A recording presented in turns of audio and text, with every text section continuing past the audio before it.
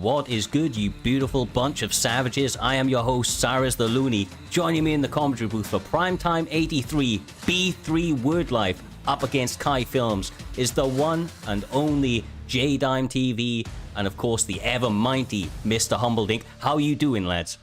Oh my god, we're back, J-Dime. It's Primetime 83, and the theme today is blood by that image that you're looking at right there. It's Wordlife versus Kai Films. I am excited, J-Dime. What about you? Bro, I'm ecstatic. This is going to be a great fight for the title.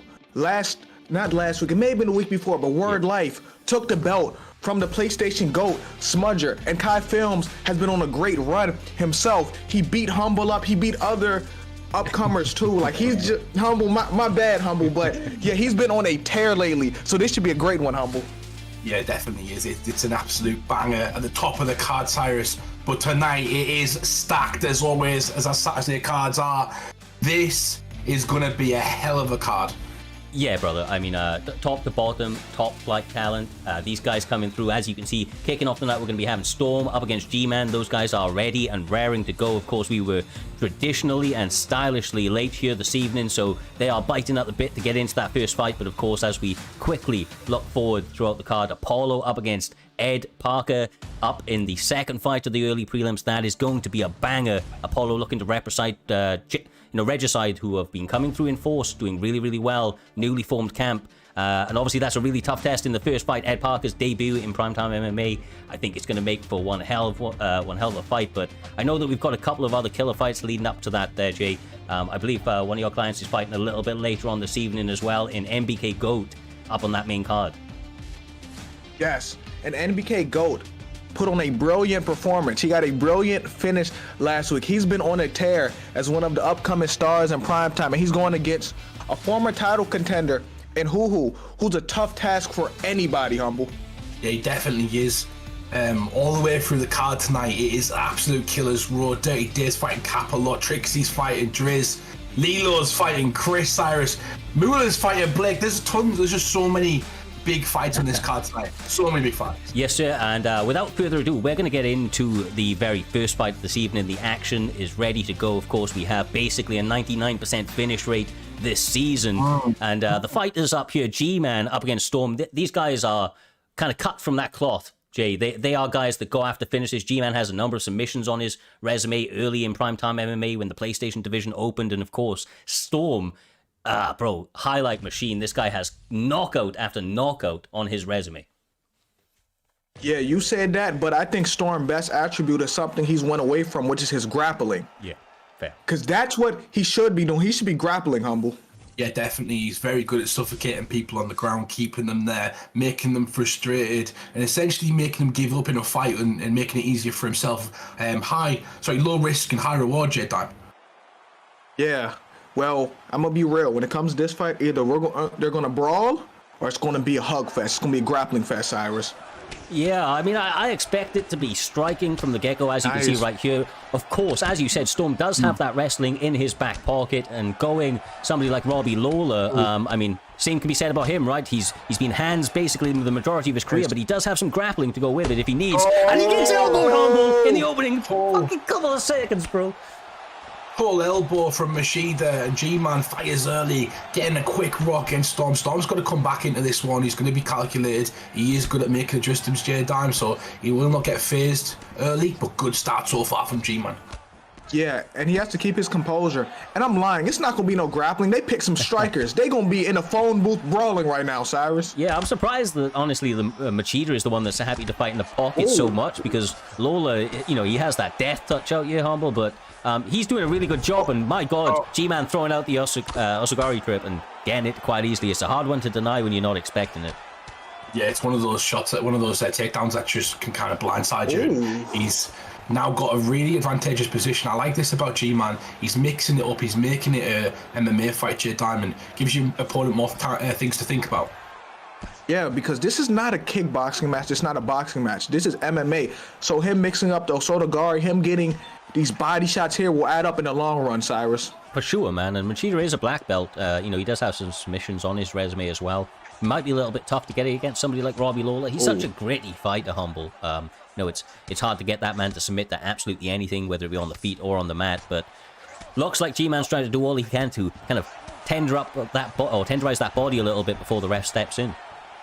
Yeah, definitely. He's looking to kind of get some shots off, some free shots right there. Frustrate his opponent. We talked about it earlier on. It's a frustration game. Damn, you try to make them. You got to make them, force them into a mistake, essentially, force them overcommit. And by frustrating them, that kind of helps that. Yeah, because if you frustrate someone, it makes them go away from their game plan. Now they're battling their ego. Now, do they want to get this back in blood, Cyrus? Exactly right, brother. I'm really. Oh my God! Pull, duck, elbow, hook, everything getting thrown and everything getting countered right now. Robbie Lawler starting to turn it up though, pressing Lyoto up against the cage. Oh! That elbow's there though, Humble, every time, bro. Yeah, he's doing a lot. You gotta, if you're, okay, he's moving really big lunges as well. There's a lot going on, Machida at the moment. He's doing a bit too much for my liking, J-Dime. Like, it's being confusing, it's wacky, it's crazy. It's kind of helping him at the moment. But Storm's going to start picking up on some of those patterns. I guess it's G-Man's job to keep mixing it up and keep making it unpredictable. Yeah, and you know what he has to pick up? That slip hook. He's thrown it almost like 1,000,000 times this round. So next round, I'm looking for him to make an adjustment to that, Cyrus. Yeah, you got it, man. This game is all about adjustments. It's all about trying to shift that momentum like we've spoken about in the past. Lyoto, honestly, seems to just be that one step ahead right now.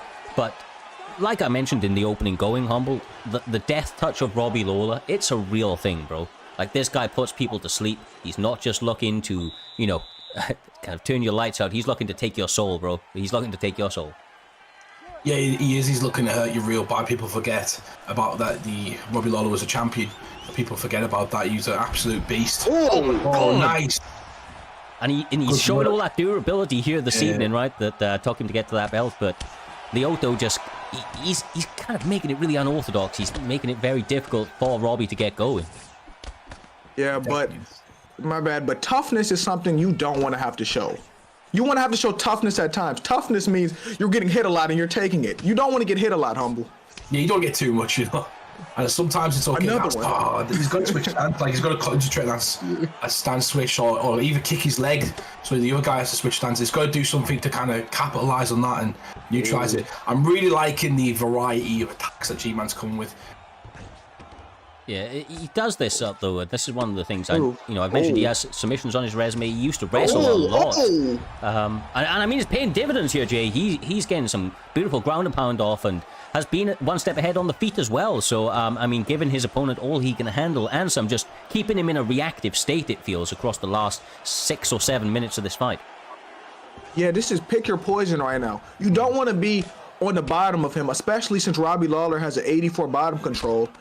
He's also getting picked apart on the feet. So what do you do in this situation, Humble? He's currently the nail, he's currently the nail. And he needs to kind of remove himself from that situation. We're not used to this as well. This isn't a normal thing for Storm to feel, J-Dime. He's put in a position now where essentially he's not in control, and he usually likes to take control of fights. That's because everybody can grapple when they're on top. It's different when you're the one on the bottom. He's getting nailed right now. That's what's happening. And he has to make an adjustment because Lyoto may be able to just lay on him for the next 2 minutes, Cyrus. For sure, man. Like, and one thing about jiu-jitsu is that it does give you the comfortability where you can fight a little bit more off your back. Wrestlers, of course, predominantly want to be in top control.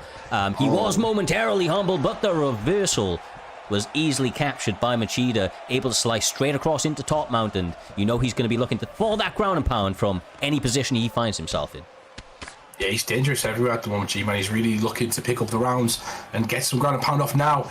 He's still kind of conserved. He waited a second there, J-Dime, before he picked his poison. Yeah, because he's one step ahead, so he's not taking much risk. He's getting his damage, and then he's going to go back into his guard because he's been ahead, and he's been one step ahead this whole time, Cyrus. Yeah, he really has, man. And it's really starting to add up. He separates of his own accord. Final 35 seconds left on the clock. Looking for a counter, but gets caught. He made the adjustment to it. He may end this. He may end this. Hold on. He may. Is it a comeback? Is it comeback season? Is it comeback season? Jesus, man. I thought it was comeback season. He got overzealous today. He threw too many.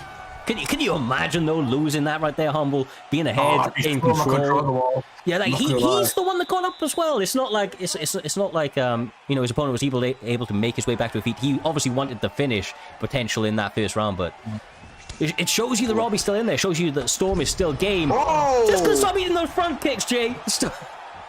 Yeah, but he made an adjustment when he dropped him.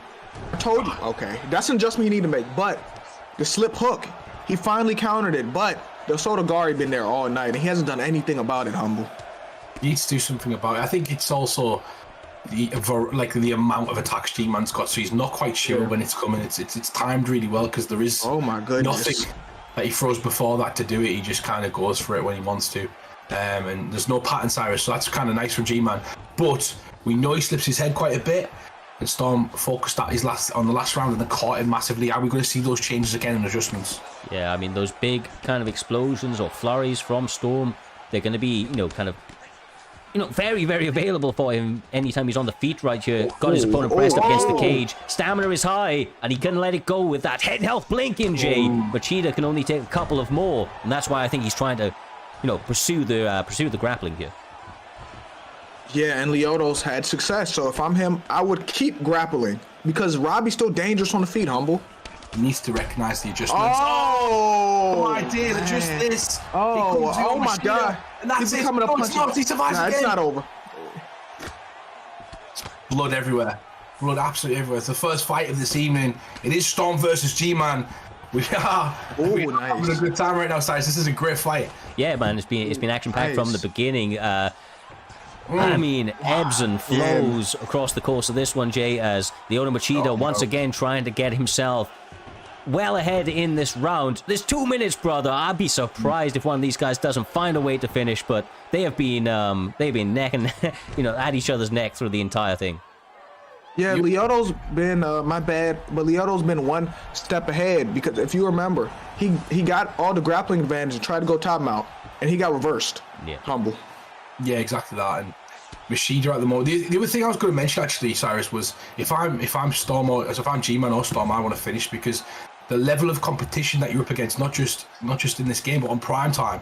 You need finishes now because you get more points to get higher in the rankings. It's not good enough for a decision, in my opinion. Yeah, I mean, look, a win's better than a loss, period. But like, you want that, you want those extra points, man. That's what separates people. It's, you can go on a 4-fight finishing spree and put yourself in some really nice positions. Whereas getting those by decision, you'll find yourself, with those extra points. Not, never mind. Weapon decision. Oh, 35. Here we go. Oh, elbow. Oh, That's death kick. He about to put him out. Oh, Robbie Lawler is a victim. It's over. It's over, fellas. He's a victim, fellas. It's death. Oh, he got him with a death kick. Oh my days, he ended it with a death kick. They had a little friendly reminder if they were listening to the stream that finishes got those extra points. I felt like it lit a bit of a fire under their ass. That went from 0 to 100, grappling to striking in an instant. That's crazy. G-Man's got to be happy about his performance, though, there. I mean, like you said, Jay, a couple of moments ago, he was kind of in the driving seat for the large majority of that fight, seemed one step ahead. Obviously, came into this fight dialed in, brother, dialed in. I'm not going to lie to you guys. G-Man fought him like he hates him. He threw a death kick. He had sort of guarded him a million times. I think there's some real hatred towards him. I got to know the backstory, Humble. Some beef there or something's going on because that's not how you treat a fellow friend. And maybe that's the way he played. I don't remember G-Man playing like that before, but it definitely worked. He's trying to find a way to win, and if it's not banned, Cyrus, then you use it essentially. Yeah, 100%, brother, 100%. And honestly, thinking of G-Man, like I said, he did used to mix in the grappling. I think that this is nothing really new from him, to be honest with you. It's part of his bread and butter. He's known for his subs. Yeah, he's known for his subs. Yeah, and one of the ways he's going to get you there, if that trip is available, is going to be the Osadagari. It's such an easy trip to get in there, so quick, and obviously catches your opponent off guard. But with the first one in the books, we're going to move very, very swiftly on to the next. We are having Regicide's very own Apollo. Young and hungry in the game. Obviously, Regicide bursting onto the scene. Their fight has been doing fantastic out here, Jay. And of course, he's going up currently 2-1 in the Xbox division. Sorry, don't know why I paused. 2-1 in the Xbox division, and he's taking on CW Ed Parker. I think this is a great ass fight, man. These guys obviously been very active in the comp scene over the years. First time we've seen Ed Parker here, and with Apollo looking to make a name for himself and Regicide, this is definitely an opportunity for him to do so if he can get one over the vet. Here we go, guys. And here's the thing. If Apollo can get a victory over Ed Parker, that's a great feather in his cap, because Ed Parker's name has always held weight in the UFC community. So if he were to knock Ed Parker's head off his shoulders, how would that feel, Humble? I don't know, but he's gone Paddy. He's gone Paddy the He's an Englishman who's gone Paddy the Baddie, J-Dime. He has proven that he's picked Paddy for a reason here, you know, the new up-and-comer, Cyrus.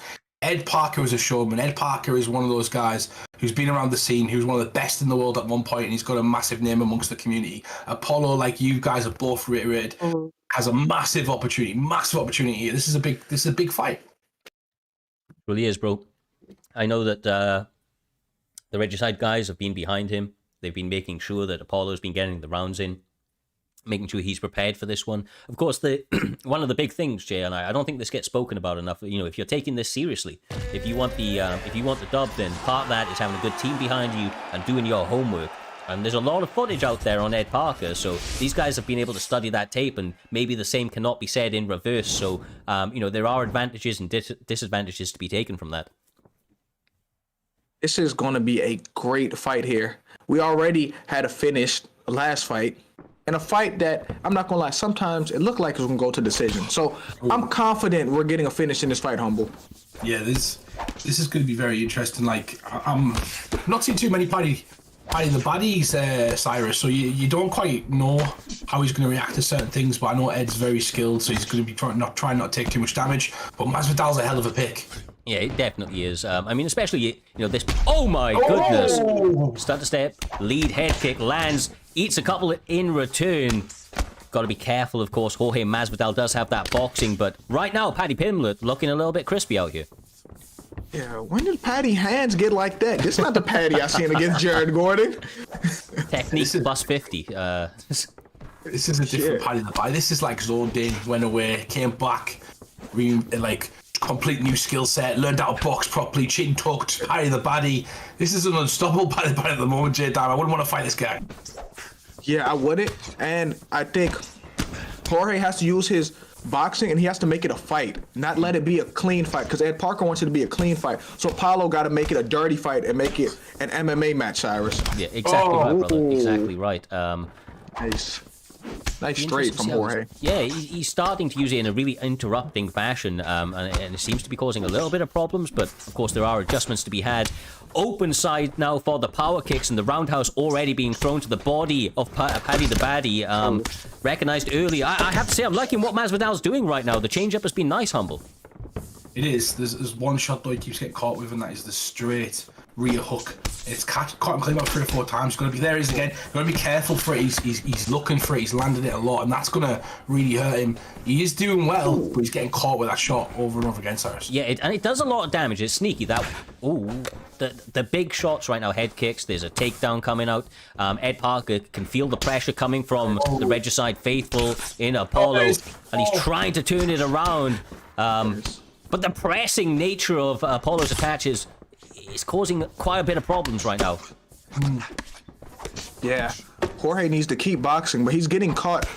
He's getting caught on the way in too. But this is where Jorge should have the advantage, Humble. Exactly. I like what he just did though. He went back to the body J-Dime, so he went to the body with a jab and started using interrupting shots on Ed Parker's combos, which is really important, and trying to make some slight adjustments. Nice body shot as well. I did notice that Apollo actually has a slight disadvantage in terms of the head health. Those interrupting counters have obviously been adding up, but you can see slight stamina advantages, and quite honestly, the volume for my money right now going to Apollo. It's nice work so far, J-Dime. He's like really putting the pressure on, at the same time conserving the stamina. and it looks like Apollo's trying to make it like a long fight and essentially come on later on in the fight. It's not a race, is it, J-Dime? So he's not looking The bell best rung. health. Hold on. Hey, stop. The bell just rung. Hey, He went full terrain around to me, bro. He just threw that at the bell You said rung. that this is corruption right here because Deduct the point. We This gotta is deduct corruption. Ref Yes. didn't even blink. Ref was like, "Yeah, fine." Yep, this is definitely corruption. Come On on. the buzzer, bro. No, the bell rung like a second ago before. Oh.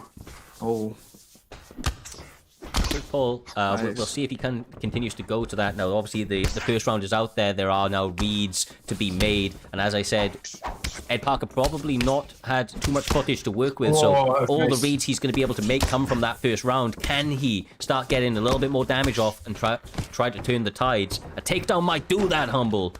But defend it nice. Nice work. Gets the turn or gets the kill. Wasn't expecting Ed to shoot. Maybe just try to mix it up, make it a bit dirty. Paddy's a good submission artist, so it would make sense, but it's just not in Ed's character, essentially, sometimes, J-Time. Sometimes he doesn't like to strike, but also that might be Apollo putting the pressure on. Ed sees danger, thinks he'll try and win it a different way. But this round is when the fight really starts. Round 1 is filling out process. Now this is where everyone makes adjustments and try to get a lead, Cyrus. Exactly right, brother. Exactly right. And Ed Parker is normally a master of making those adjustments.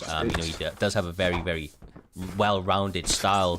I do feel like there have been changes to Apollo's approach as well, though, which is, very, very nice because it keeps his opponent guessing. You can see him starting to feint out the lunging strikes, and he has become a little bit more jab-heavy, which is allowing him to set the range a little bit out here.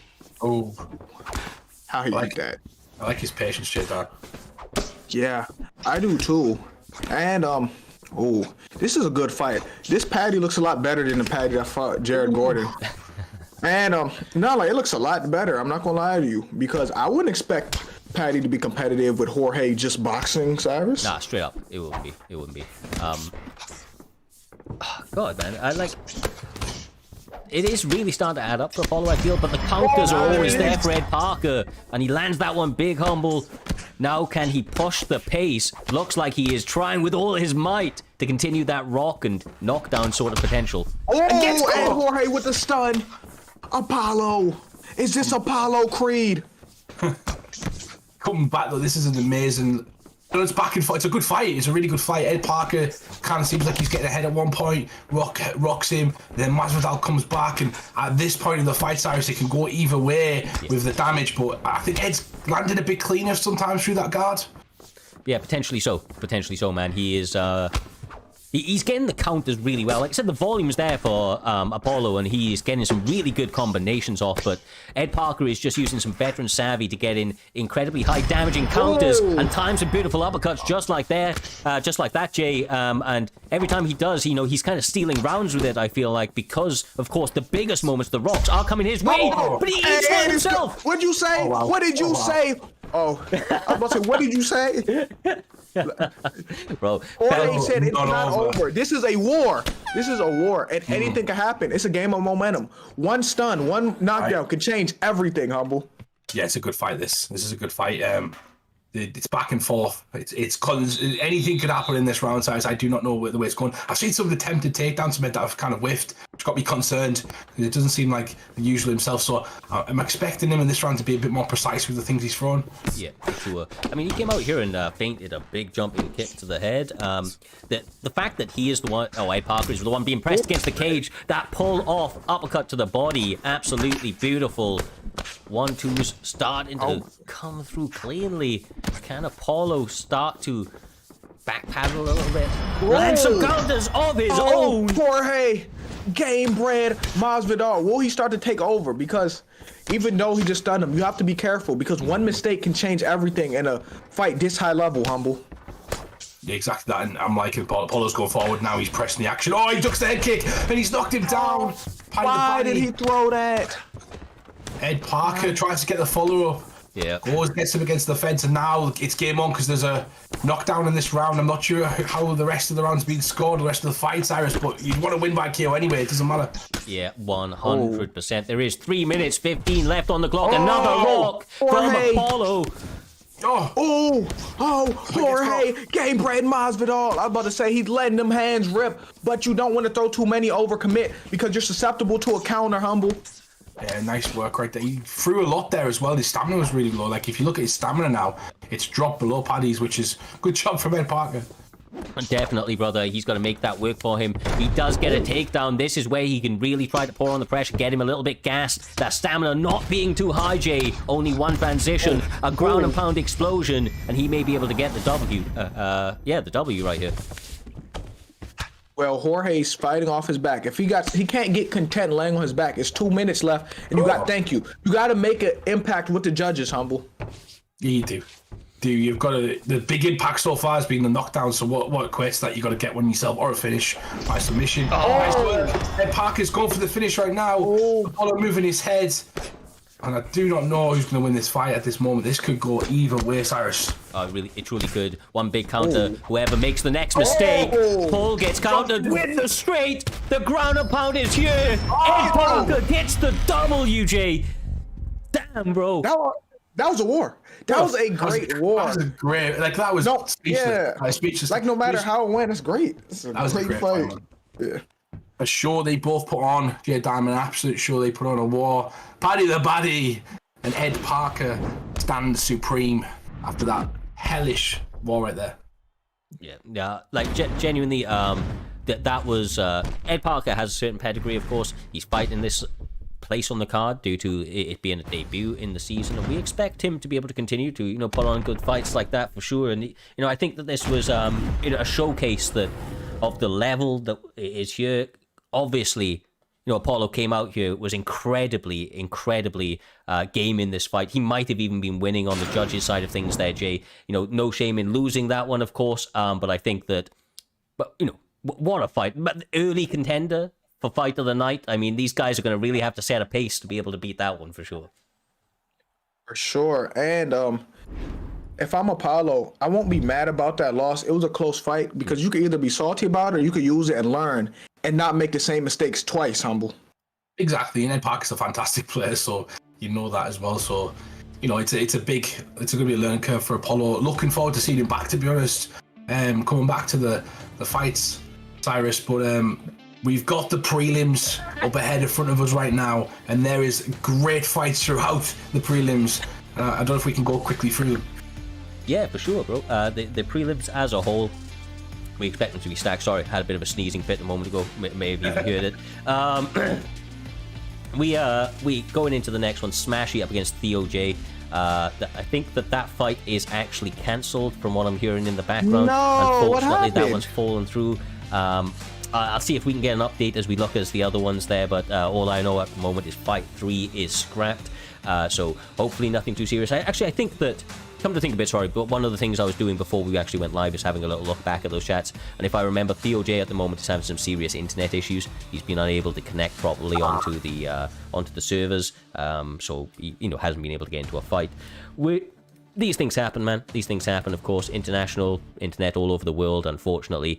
Even if you pay through your asshole for that internet, you can still have problems from time to time. But with that being said, we look at the rest of the fights, the ones that are, of course, still scheduled, still due to go ahead. NBK Versatile 1-0 in Primetime MMA, I believe, on the PlayStation side of things. Going up against ranked number 29, Mason, also 1-0, undefeated here. It's always nice. This PlayStation division, man, there's a couple of sneaky guys laying around there, 1-0, 2-0, 3-0, and those things come together real quick, and we may see some guys skyrocket towards the upper rankings fairly soon out here, Humble. Yeah, definitely. It's the guys who are fighting for those 2-0 records, 3-0 records, they're getting big implications in fights, J-Dan, because they shoot up the rankings real quick and they get a big opportunity. And these two guys are on the card today, and if either one of these win, they're going to be flying up those rankings. Yeah, that's why these matchups matter the most, because on your way up, that one win could separate you from fighting on the prelims and fighting for a belt, Humble. 100%, absolute 100%, J-Dan. I don't know if these two are ready, Cyrus. Yeah, they are about so MBK Versatile and Mason. Sorry, quite honestly, was still having a bit of a sneezing fit, so I had to kind of deal with that for a minute. But they are ready. They are raring to go. So without further ado, we will skip across and get ready for some more carnage, guys. It's been a fun one. Jorge Masvidal making another appearance. Robbie Lawler this time also making another appearance. First time they've met each other, but of course, as we've seen in the past, these guys have some hands out here. Both IRL, and when you pick them, you expect a bit of a kind of striker's delight. Bit of difference though. I mean, imagine, I don't know the stats. I know that you normally do, Jay. That Jorge's going to have the speed here, right? And power's probably not too different. So, I mean, Jorge's a bit of a sleeper, kind of solid. Well, it's the solid pick in this one. Yeah, with the boxing too. And how did Jorge end up fighting this match when he just got knocked out? So he just woke up and said, let me fight Robbie Lawler, Humble. He splashed some cold water on the face, get back out there, do your job. And these two are going to go at it. Good picks as well. It's going to kind of be a stand-up match from what the picks would say. But looking for a real standout performance from one of these guys here, Jay Dime, to propel themselves up the rankings. Let us know who you are. You know, you're on the card on a live event in front of tons of people, and everyone's going to see you. Make a statement. Yeah, well, he just punched the hell out of him. But these are the picks to go for a finish right here. These are two boxing-heavy fighters right here, and it is telling me that we're not going to see the bell. That's what it's saying, Cyrus. It does, especially when they're fighting the way that these two are right here. As you can see, incredibly high work rate, throwing those strikes actively, lots of, kind of counter attempts and, kind of blocks being broken right now as Versatile goes for another little flurry with that lead overhand in the mix, you're Humble. That overhand has been a staple of his attack already. Ooh. He times it really, really well, but he's getting caught right now. Ooh. He's to kind of blanket that pressure. And he does it really well, but look at the movement from M7. He's really aggressive, Jay Dan, when he does attack. Yeah, he's trying to beat his ass right now.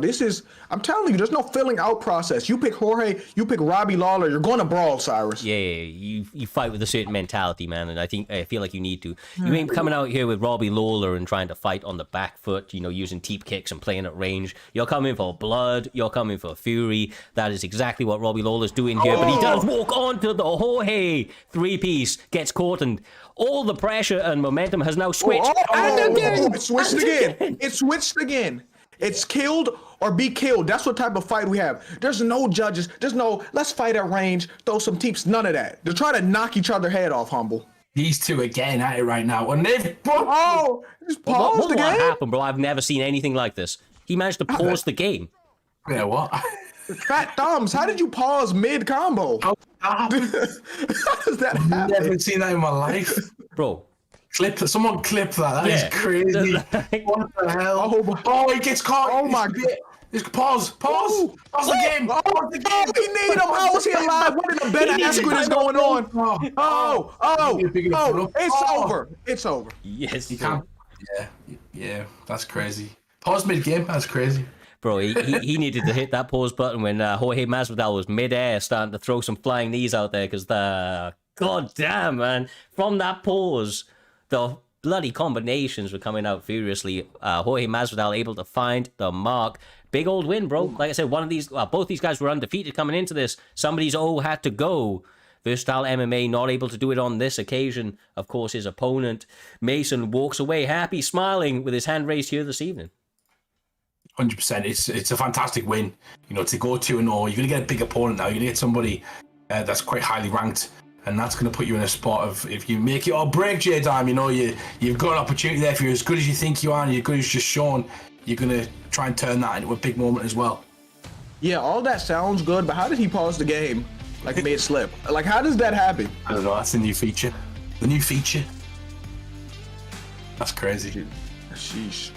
So there is one adjustment, okay? So this fight was originally going to be scrapped and as a result is not on the graphic. But I'll get these guys to send me the link in the background and it looks like we have a fight sliding on towards the end of the prelims, and that is going to be between Crazy Dragon and Grains. Grains was initially set to fight mid towards end of the prelims. Unfortunately, his opponent fell through. Didn't think we were going to get a suitable replacement, but Crazy Dragon has answered the call on short notice, and we will be getting to that one in the very near future. But the card next up dictates, Humble, that we have Evo, ranked number 23 on the PlayStation side, up against Austin JG, former Xbox competitor, now trying his luck over on the PS side. Yeah, definitely. These two are very experienced in the octagon. Jedi, they've had nearly 14 fights between them already this season. That's a lot of fights, isn't it? That's a lot of fights in this season, but very highly ranked already as well. We've got Evo ranked number 23 versus Austin 29. We're so early in the prelims, and that tells you what's going to happen in the near future with all these fights, because they're going to go up and rank each way. We've got high-level competitors already, Jedi. Yeah, that's a lot of experience. You said it's 14 fights between. That means that's a lot of either you're either whooping someone's ass or getting your ass whooped. It's a lot of both, though, Cyrus. Yeah, and look, honestly, we've heard some fighters talk about it in the past, right? Like the Donald Cerrone's of the world. Funnily enough, like Kevin Holland, staying active is incredibly important, and we've seen it have massive success with people like Neil Magny in the past. He's gone on some fantastic stretches of fights where he's been able to kind of string together win after win. But sometimes being that active means that you're going to run into a bit of a freight train every now and again, Humble. We will find out whether or not that is the case here this evening, but I feel like activity is your friend. Ring rust can be a real thing. Yeah, 100%. And we've seen Machida today through our ring rust, Cyrus. We've seen Machida once today, and he looked good earlier on. So it seems to be a pick in that division, the middleweight division for people. Of course, is Machida. They like the movement. It's almost like an Anthony Pettis type Jedi. Yeah, and y'all were talking about ring rust.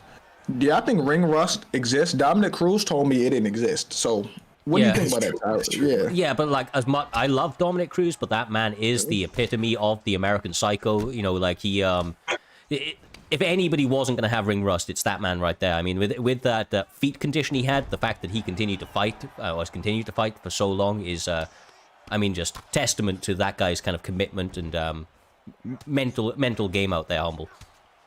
What was wrong with his feet? Did he have some funky feet or something? What was going on? I can't remember the name of the condition, but it basically meant that he couldn't stand without it being incredibly painful. He used to wrap his feet up. That's crazy.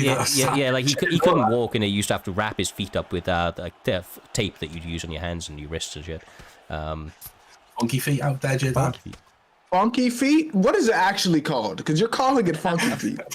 Whatever it is. It's called a fasciitis or something like that. It's called like something of fasciitis, but I can't remember. Is it plantar fasciitis? I can't remember what it's called, bro. I can't remember the full name. It's a crazy name, though.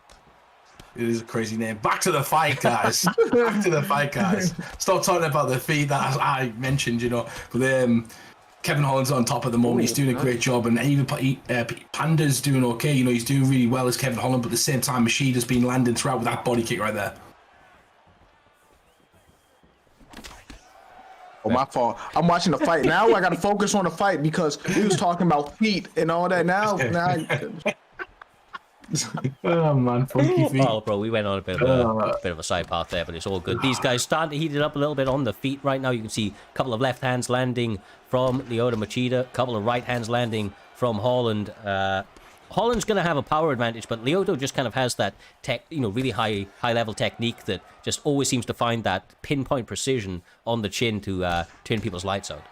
It's just karate and discipline. That's all it is, Cyrus. Karate and discipline right there. That man's done it since he was like 6-year-old. Look at the beautiful work from Machida. Goes to the body. Jay he's trying to finish him. Yeah, but Kevin Holland's looking for a pull, and he's doing the right thing. Mix up the timing, mix in the teeps, mix in the body kicks. So you got to keep him honest. He don't know when to lean back or when to slip, Cyrus. Yeah, exactly right, bro. The body roundhouses in these stances, right? When somebody's standing southpaw and their opponent is fighting orthodox, it opens up the power roundhouse kick to the lead leg, to the body, and even to the head out here. It lands with a vengeance. And Evo Panda, Gamer, sorry. Oh my goodness. He's working it real good at the moment, bro. This is the old school, Gamer that we used to see on the Xbox division. When he gets his hands going, he is a scary man to be standing in front of. As you can see, working the body, the leg, and the head indiscriminately. He needs to avoid those front kicks to the face, though. He got caught a few times as well in his weigh-in time. And Kevin Holland only needs a few, as you mentioned throughout that round. Kevin Holland is a beast. He needs to pick his poison. He's longer. He needs to use that reach and essentially make it more effective than he has been in the first round. Yeah, but them body kicks are eating up his stamina. He hasn't done anything about it, Cyrus. No, he has not. Holland, of course, the type of guy that knocks you out off his back, but the simple fact is that he is now behind in this fight, and AJG Gamer is the man that will pour on the pressure if he sees the kind of chinks in your armor, and that's what he's seeing right here. He smells blood out here, Humble. He's got him pressed. He's got him hurt. Oh my gosh. Boxing the socks off him as well. Oh, you want some funky feet? How about that? Front kick from hell. I mean, respect where respect is due. AJG Gamer, he is definitely the hammer, not the nail. When this guy gets ahead, he can make your night a misery. The front kick thrown once, but it does land perfectly, J-Dime. Once. Kills his opponent. Kills them. Yeah, he just killed Kevin Holland. Like, why did you have to kick him that hard? Like that was... It was like a run-up, J-Dime. The Korean kick right there was brutally, fully scissored himself into it. Kevin Holland, I don't know how you just woke up, because there's no way he just woke up for them to raise Lyoto Machida hand. He should still be sleeping, Humble. Yeah, I think someone needs to get him a stool. No, Cyrus, someone needs to get that man a stool, because he's not okay after that. I don't care. His head nearly came off his shoulders. Yeah, look, honestly, I thought that the power slap stuff was a little bit bad for CTE, but I don't know if Kevin Holland's ever going to be the same. I mean, he's standing up, he's walking around, but he can't speak right now, Jay, and you know, he's that's not good, bro. That was a savage knockout. Dang, I feel horrible for him. Like, that takes years off your life getting kicked like that. It does. It 100% does. Great, absolute brilliant win though. He's going to propel himself up the rankings as we talked about earlier on. It's a big win. And speaking of big wins, Cyrus, the next fight is going to be an absolute banger. If it's as it's supposed to be on the graphic, I believe it's Wright versus McGrath. Am I correct? I believe so, brother. Now, NM McGrath, as his name now says, he is out here after that sensational performance. The final hurrah of KIA, right? He put them on his back, came out there and turned up and turned out. He's looking now to make his debut under the NM name, going Cody Garbrandt, if my eyes do not deceive me. But of course, Ripe MMA, bro, he was on the shortlist. He won Sub of the Year, of course, for 2022, I do believe, on the PlayStation side of things with the Finish the Fight submission. He was actually on the shortlist for knockouts as well. So this guy is incredibly dangerous, and you know has all of the tools to answer back. Whoa! That ping is incredibly dangerous. We can't do that, bro. It went from 165 to 588. Nah. Right, let's give this a couple of seconds, right? That's not that. Hopefully they can hear us and they don't go in. This needs to be stable if we're going to start it. If this jumps again. The goal is above 300 in the next 20 seconds. I have a theory. I feel like somebody was downloading games and they paused the download. That's why I went back down. I think that actually happened. Now it's stable. Yeah, I think someone was downloading games. Yeah, may be the case. It does seem to be stable right now. Oh, it says because he's watching the stream. That's what someone said. Please invest in the Ethernet cord, please. Yeah. Like that's a great opportunity, Jay. This is a great opportunity to educate the people at home. If you're playing games, put yourself on an Ethernet cable, because playing on Wi-Fi incredibly unreliable at the best of times. And of course, you want that crispy connection out here, Humble. You don't want any disadvantage like throwing punches and them landing, 3 fights later. You need your punches to land there and then, brother. I think I've just thought of our first sponsor, because that is 100% correct. You do need an Ethernet cable. You need a good Ethernet cable. Gives you a great connection just for this game. But this looks absolutely fine. These guys can start now. If there's any issues during the fight, we know that it's stable now. It's stable. Somebody was downloading games. I'm sure someone was. I need to ask a question, J-Time. I need to ask a question. Cody Garbrandt has been picked, which means that for the good viewers of primetime, one of the players gets to pick a ban a character out of the 4 stars, and 90% of people would ban Garbrandt. 99% of people should ban Cody Garbrandt. Like, he's really the best 4-star bantamweight. And shout out to Jimmy Rivera, because he's now part of the police academy. He's now a cop. You know what I'm saying? Right? Yeah, I was surprised to see that. I can't lie to you. I opened up my Instagram. I'm like, dang, we got a UFC fighter as a police officer. I don't want no problems with him because he whooped my ass. Let's be honest. Duran Durandamy was a police officer as well, right? I think that's the second. Couple of them serving the forces. But did you see the fact the picture wasn't the right picture? It wasn't him, but it's. back to the fight. Sorry, these guys are going to be setting a bit of a crazy pace, so we do not want to blink in this one, Humble. As you can see, McGrath really trying to work the body early with some nice teep kicks and roundhouses.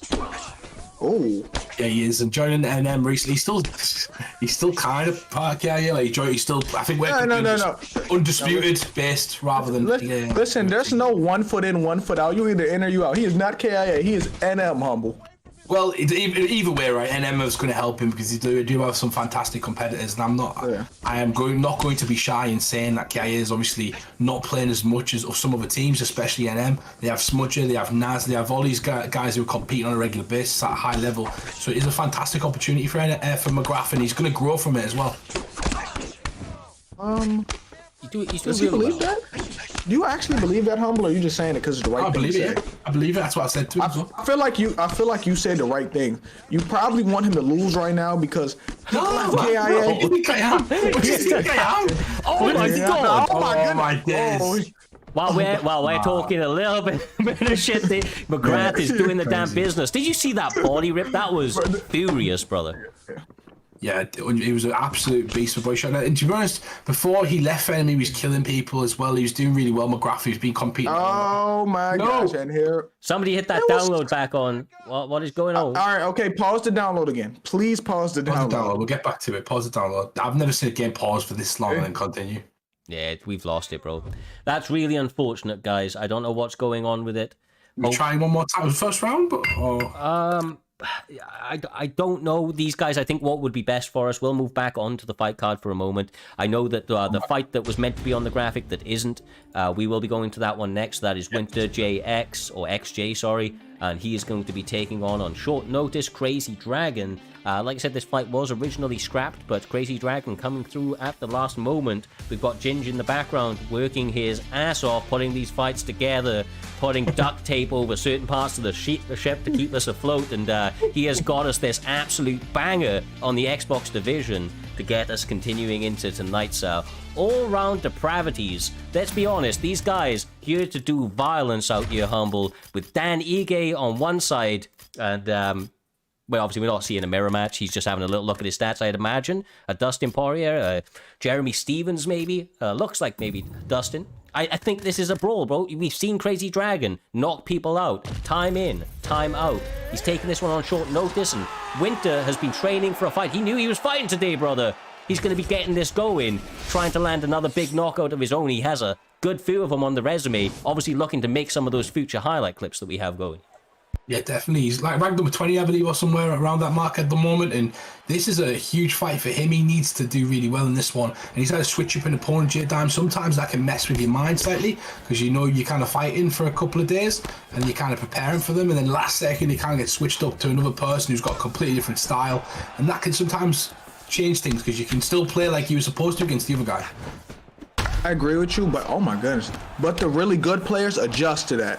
They can adjust. They just need some time. They can fight any style, though, Cyrus. Yeah, 100%. Look, honestly, brother, if you guys don't know, you're not part of the primetime community, you haven't been here for a while, you need to be ready to fight anybody, anytime, any weight. It does not matter. That is the whole thing, man. You need to believe in yourself. It's about the process, Humble. It's about the process, brother. You want to get W's, you want to have fun, but getting out here, testing yourself, week in, week out with different weight classes, different opponents.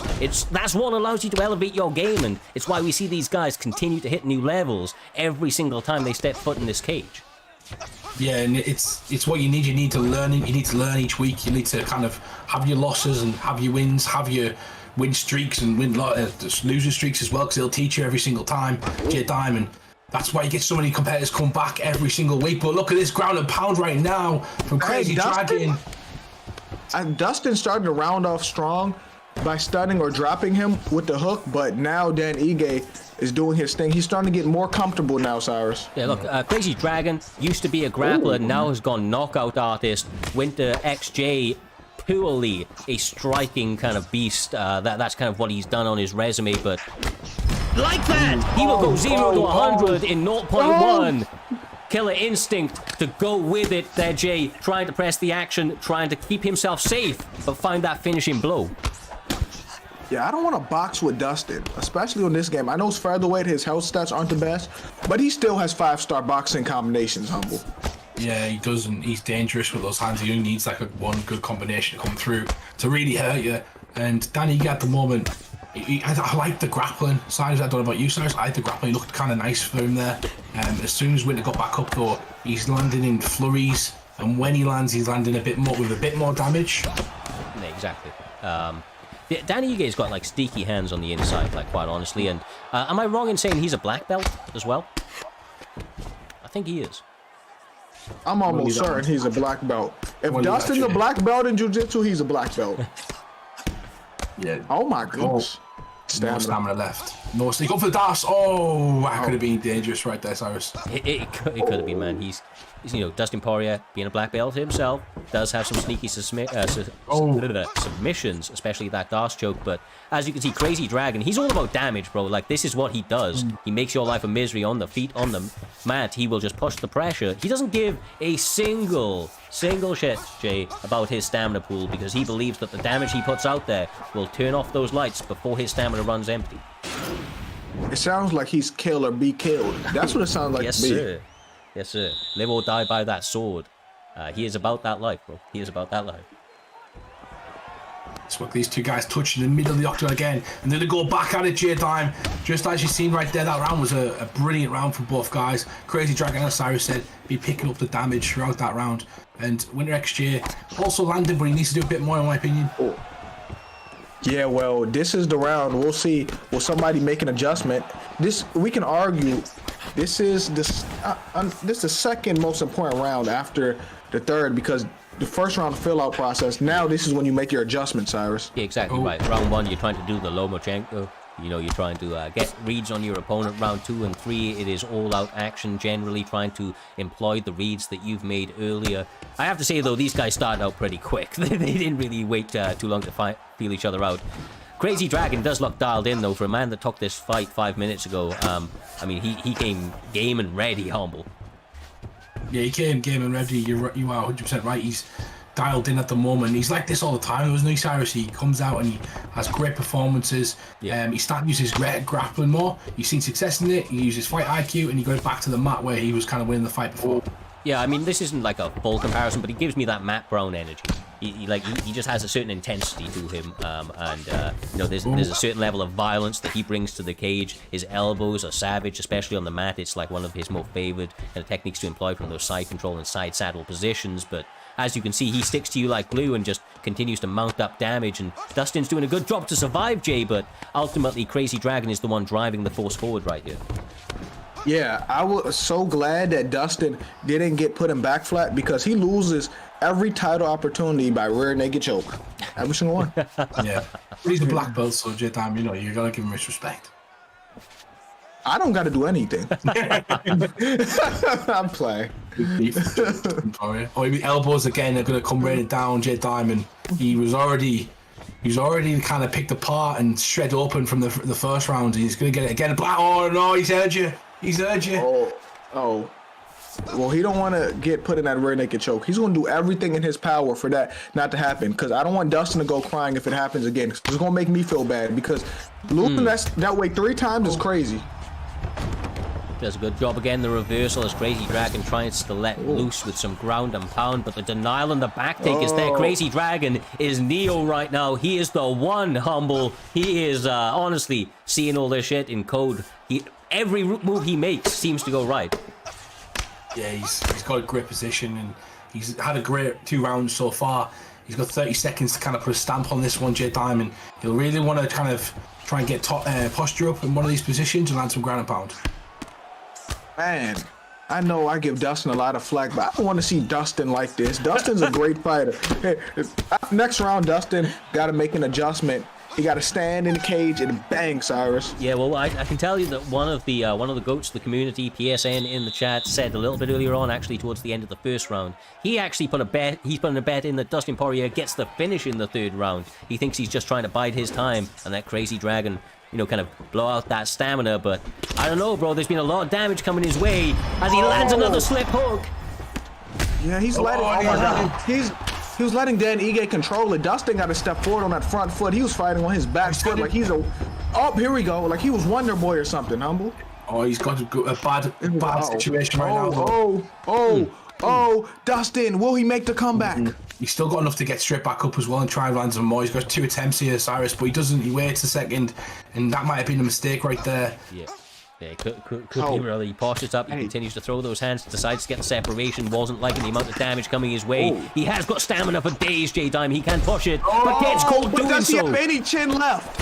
He may have stamina for days, but his chin has left him. One shot ends it, and that is it from Crazy Dragon. Gets the 3rd round finish. It turns out, Cyrus, it went the other way. Crazy Dragon got the finish in the 3rd round.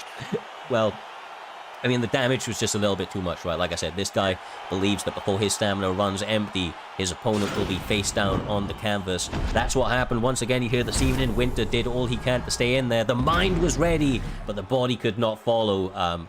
And Dustin Poirier obviously crumbled after that final couple of shots.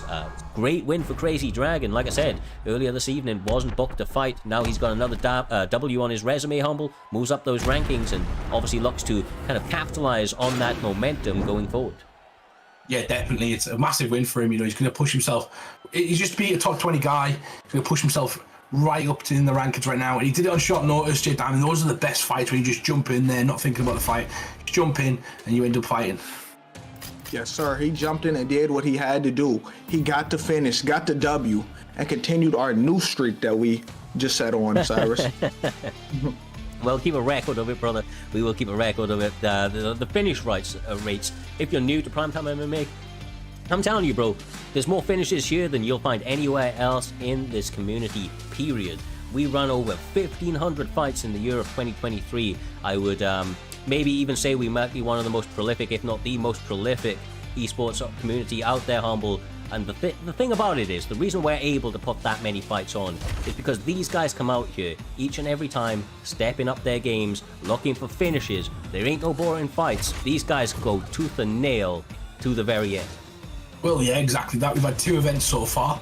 We've had 29 fights out of the first 2, and there was 28 finishes. So, you know, that tells you exactly what you need to know. And so far, and have we had a decision today? I don't think we have, right? No. Almost. But those guys stepped it up, right? They see that final minute and they just they throw the kitchen sink at it, trying to get those extra points we talk about, bro. Yeah, that's the key. It's like that's what I meant about you can't go to a decision because your competition is all the other competitors who are knocking people out each week. You have to essentially win more fights and get higher up the rankings, J-Time. So you need finishes to kind of compete in here. Facts. It's not just winning, it's how you win. That matters more than anything. Exactly. Right. And you know, especially right, and this is something that's interesting to note out. We may as well take this opportunity to talk about this. The rankings, right? We have the top rankings. It's all point based. But of course, that top 15, that top 10 is basically an active pool for who's fighting for the next championship. You know, who maybe hasn't had that opportunity, who's on the hottest streak, who's standing out in everybody's mind going forward.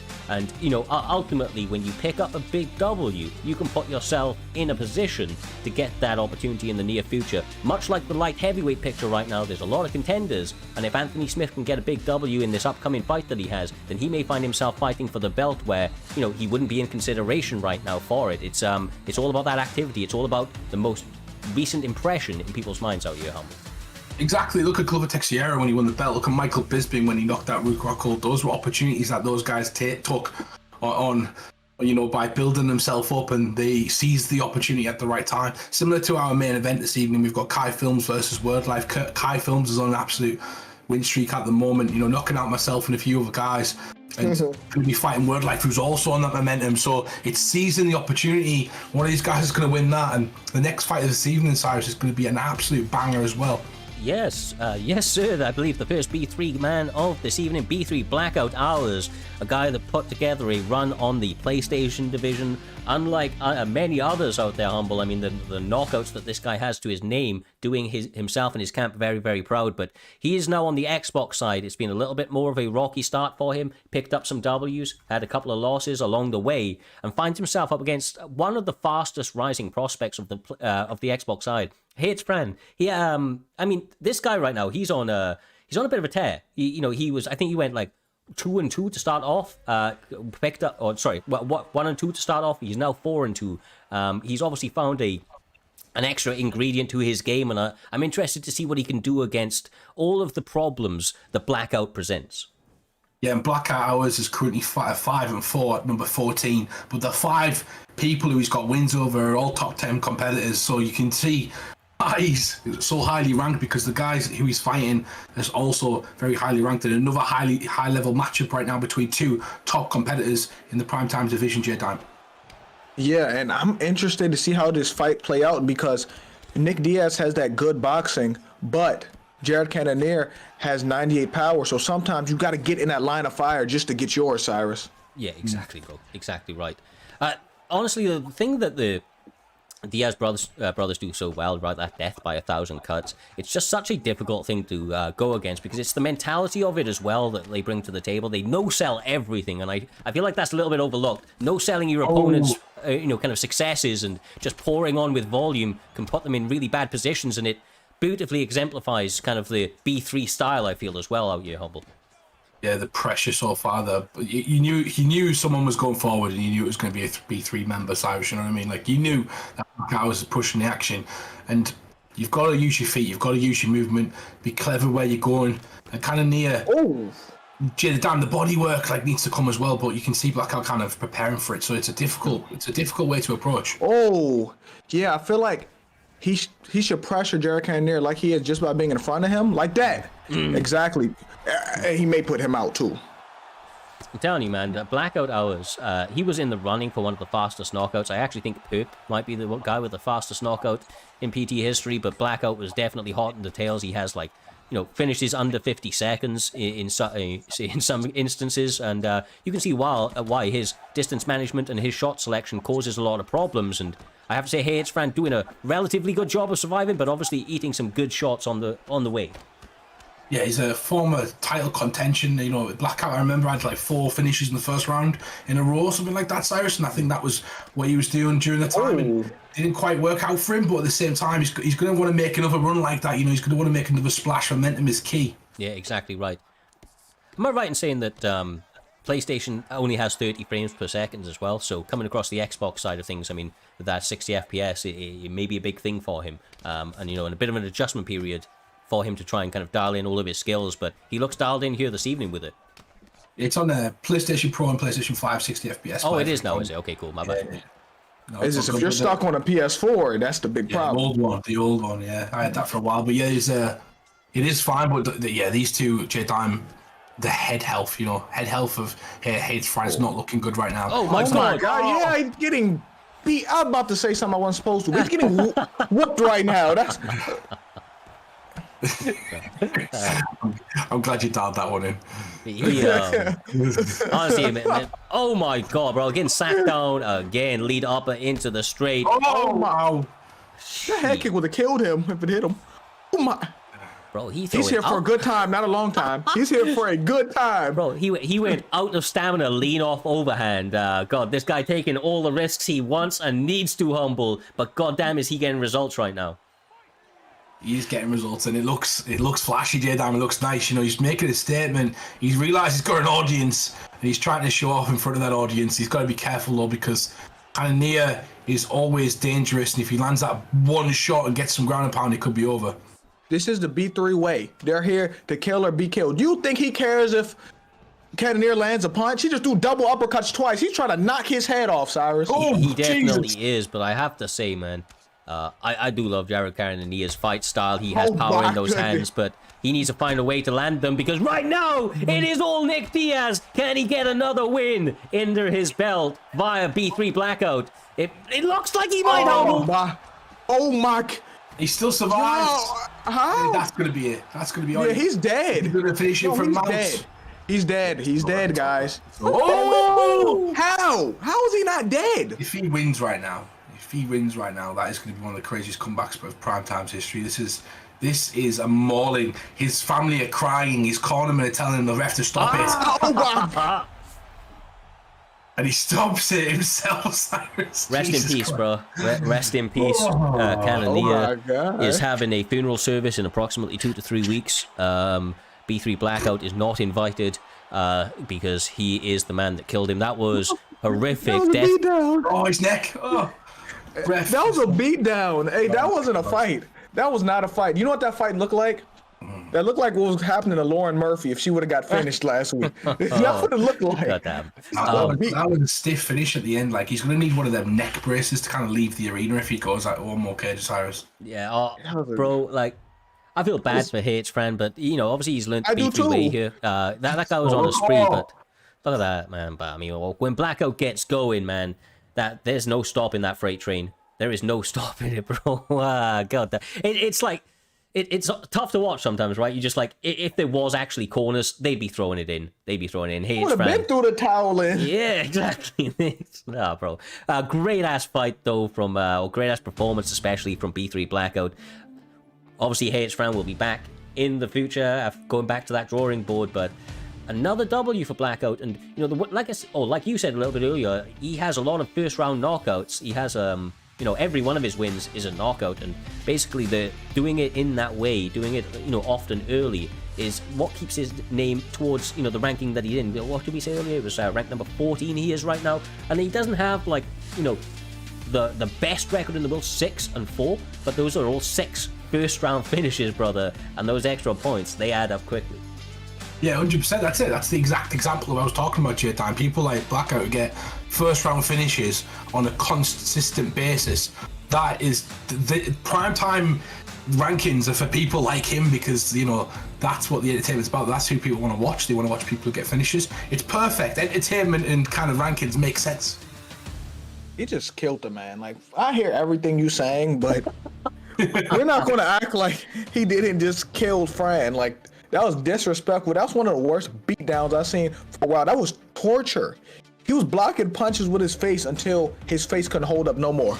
Apparently it was his audition tape for the revival of Bully Beatdown. Apparently Hate's Fran had been going after some of his friends, and he had to get some of his own back. But in another event, we went from one B3 guy to another out here, Humble. We are having the one and only B3 Bang Bang himself going up against one of the kind of better counter-strikers, especially of recent times, in Bone Doing Work. This man has kind of got a lot of hate for what people call backpedaling, if you will, right, or fighting off the back foot, but he has been putting together W after W, making people walk onto shot after shot. And if there was a style that you would think is going to kind of counter that, it's the all-encompassing, swarming style of the B3 Bang Bang Bully himself.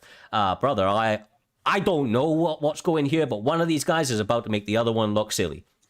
Yeah, exactly that. And I believe Bang Bang was late replaced, if I'm correct as well, coming in at 2-0 at the moment. So he's got a lot of momentum, J-Time. He's fighting someone at 3-1 at the moment. So this is going to be a hellish fight. You know, Born to Work sat nicely at number 15. Bang Bang sat nicely at number 19. This is a massive fight. And if Doc wasn't on a night out tonight, he'd probably be watching this on his phone. J-Time, maybe he is. He probably is. I know for a fact it's like a crippling addiction. Doc gotta always be around. So Doc, here's what I'm saying. He's for sure watching on his phone. He's just making sure no one sees him right now. Bro. I will just add to this real quick. Bone Doing Work was in the chat moments before they just readied up, and he said, "I'm not afraid of bullies." And I think that was a powerful statement for him, bro. I think that was a powerful statement from him. I'm looking forward to seeing what he can do out here. That's crazy. I'm not afraid of bullies, J-Time. That's what he said. I'm not afraid of bullies. How do you make it that? That's a great quote, but y'all missed the other quote he said, too. He said he's a Floyd Mayweather of UFC. Fair, Bruce Lee. Fair, Bruce Lee.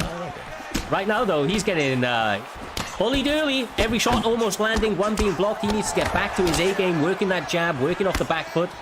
And he's starting to do so, Humble. This is a little bit more like the Bone of the past, but as you can see, Bang Bang not allowing him the room he needs to get away.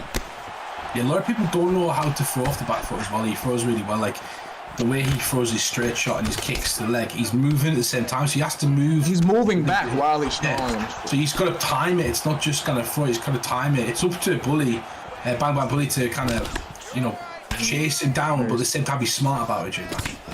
Yeah. And the key to Bang Bang pressure is that jab. He utilized the jab really well it sets up everything, but Bone is doing a good job getting out the way, circling out the way, throwing off his back foot too, Cyrus. He really is. I will give credit where credit is due as well. Bruce Lee, one hell of a ballsy pick in this weight class, I feel, or in any weight class period. He can be a bit of a tough character to use at times, but Bone utilizing him well, kind of fighting long with that jab, going to the body, interrupting him with that straight, and getting some good work off, but still eating a little bit too many shots from Bang Bang to really kind of be as clean as he traditionally likes to be out here, Humble. Yeah, we don't see a lot of that Bruce Lee sort of. Used to be a lot of players, Cyrus, that you just used to kind of play Bruce Lee, and they used to make content for it as well. And you know, Bruce Lee's a massive character, so it makes sense. But I think he's unorthodox stuff. I think he's kind of got his own flick jab. He's got a few kicks to the body. We're just not seeing it because Bang Bang is chasing him down, and also won't do work. He's kind of sticking to the basic Cyrus. He's sticking to the jab straight. He's not kind of being that flashy. He's sticking behind the big long shots to kind of keep Bang Bang off. Yeah, 100%. The KISS principle, keep it simple, stupid. That's what Bone Doing Work has done throughout his run. He is keeping to the fundamentals, making them work very, very well for him. And, you know, honestly, it's the perfect style. It's what you need against somebody like, you know, the B3 boys. This patient style, the ability to stay composed in those moments and maybe even work some of the grappling in, which is not something we've seen from Bone before. But if he's going to be able to get ahead in this fight, it's probably as we go into the second and third round, Jay, you know, when that stamina starts to wane a little bit from Bang Bang. Yeah, who made this matchup? Because I like this because they have opposite. They have opposite styles because you got Bang Bang with the pressure. He's going to try to cut the cage, and you got Bone who love fighting off his back foot and love counter striking. So the fight either goes this way: either Bone counters him all night, or Bang Bang finally catches him and cut the cage and land one of them big shots to change the fight, Humble. Yeah, like the person fighting the fight that they want to fight right now is Bone Doing Work, and Bone Doing Work enjoys this style. He needs a bull when he's trying to be a matador, and that's exactly what Bang Bang is going to propose. He's got incredible skill, and that skill is going to show. Oh, saved by the bell. Bang Bang bullies round essentially because he got the big rock, Cyrus, and if that's how he's going to win rounds, last 5-10 seconds, Bone Doing Work's going to get wise to that because he lost that round, and a round he could have been winning as well. Yeah, huge giveaway. Humble, you hit the nail on the head, brother. And this is not something we've seen from, or not something new for Bone. He, with this style, since he's kind of dialed into it, has been basically unstoppable. But come those late rounds, you know, we saw it in his last one. He got finished in a fight that he was ahead in 3 rounds, 50 seconds. You know, got knocked out very, very late. He doesn't want that to happen here again, so he got rocked early. And now he needs to be extra careful of the danger coming his way because Bang Bang ain't gonna allow him any space to breathe out here, Jay. He is on him. Yeah, and even though he's using his footwork, Bang Bang is doing a better job cutting the cage, and he's landing them shots too. He's still getting tagged, but he's landing them shots, Humble. Liking the rhythm change. Well, we talk about rhythm all the time, Jay Time, but this time he's just mixed up nicely. The 2 pieces coming, but it's all singular shots. Singular shots are really difficult to predict sometimes, Cyrus, because when you throw those singular shots, you can kind of pick it high at low risk because you're not essentially wasting too much stamina, and that's the key. Yeah, exactly right, brother. Shot selection is key as well, right? Talking about rhythm, though, I just have to chuck this out there. The Fuck the Rhythm clip from J Dime is still my favorite part of the Primetime 81 highlights we uploaded to our YouTube, TikTok, and everything else. So if you ain't seen that, make sure to check it out. Shit's brilliant, bro. Bro, it's just so much fun commentating Primetime because we see great action all the time and just anything can happen. Yeah, we enjoy it as well. We're boys. Everyone you see on this stream right now, we're all boys of each other outside for Primetime as well. So it's fun for us to do. We love doing it, and we keep growing every week. We've got some nice packages for you guys coming up. We've got some big things happening. The analyst booth has been happening each and every week, and the social media starting to fly as well. But the fights, Cyrus, the fights have been fantastic, just like right now. Yes, brother, there's a reason we have more and more content. It's because these guys keep making it. Bone Doing Work gets finished by Bang Bang himself. God damn, Jay, what a fight. Perfect stars colliding. But Bang Bang comes through with a W for the B3 boys here this evening. He made a statement. Did you see what he put in the chat after? Bullied? Bullied. Jesus. Like, that's the thing where it's frustrating to fight somebody else's fight. It's frustrating when you can't kind of get your own way. But that's a perfect example of how to persevere, J-Time, overcome, and essentially execute the game plan.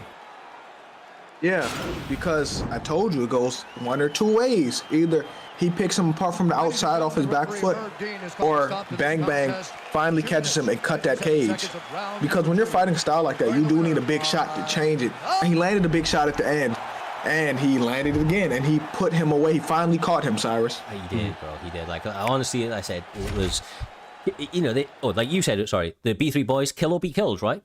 Kill or be killed. And he went out there here this evening. I'd actually seen Bang Bang in the MMA general chat in our Discord, of course, for the competitors. And he was saying that he hasn't been able to fight really actively, you know, for a little while. So he thought that he would win this fight hands down, no problems, no questions asked, if he was, you know, a former, or like even a glimpse of him former self. And I have to say, man, he's looked here this evening, Humble, with that being his mentality, he looked as dialed in as ever, bro. He looked as clean as ever. Those combinations, the shot selection, the cage cutting that he was able to present made that so difficult for a man that has given everybody else problems up until that stage.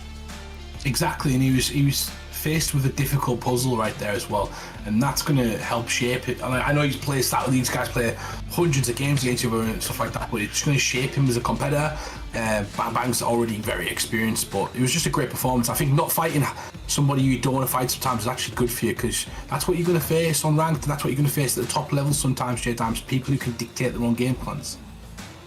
Exactly, and that's why it's important to get the experience playing in prime time against different type of styles, because it helps you in the long run as a player, Cyrus. Brother, like I know that they, you know, a couple of the guys kind of ribbing me in their chat, going on a little bit of a speech earlier about being ready to fight anybody, anytime. But I'm telling you, it's real. It's real. It's what it's all about, and it's a point of mentality. There is a reason that we see certain people do so well under the primetime banner. It's because they have the mentality that they are here to put on shows, to get better in the process, and have fun doing it all. And the guys who come out here to do that, you often see that they're able to rise to the occasion out here, Humble, because they're the ones looking to improve. The guys who, you know, try to maybe duck people, or because, you know, they come about, right? The guys who complain about having to fight in certain weight classes when it's, you know, and so on and so forth. Those are the ones that normally pick up L's along the way, brother. And when they do, they find it a lot harder to take. And that's why certain guys elevate and certain guys don't.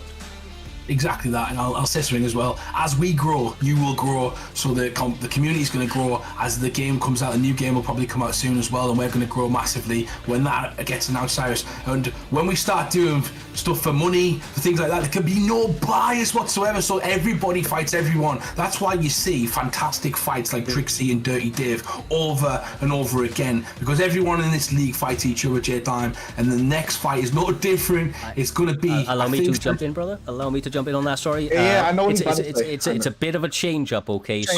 McGrath, unfortunately, it was his internet that took a dump. So because his internet took a dump, he is unfortunately not able to compete. The Ripe MMA match wasn't able to go ahead. But as it so happens, Temp has, I don't know, bro, fallen over somewhere, got stuck in a toilet. I don't really know what happened. But Temp is actually out, and as a result, we now have Ripe MMA, ranked number 18, taking on the one and only CV5Z, who is 2-0, ranked number 15. A great fight, bro. Ranked number 18, ranked number 15. These guys are actually ready and raring to go, so without further delay, we're going to get straight to it. I know it's a short notice replacement, but we've seen it before, Humble. Sometimes they make out the best fights.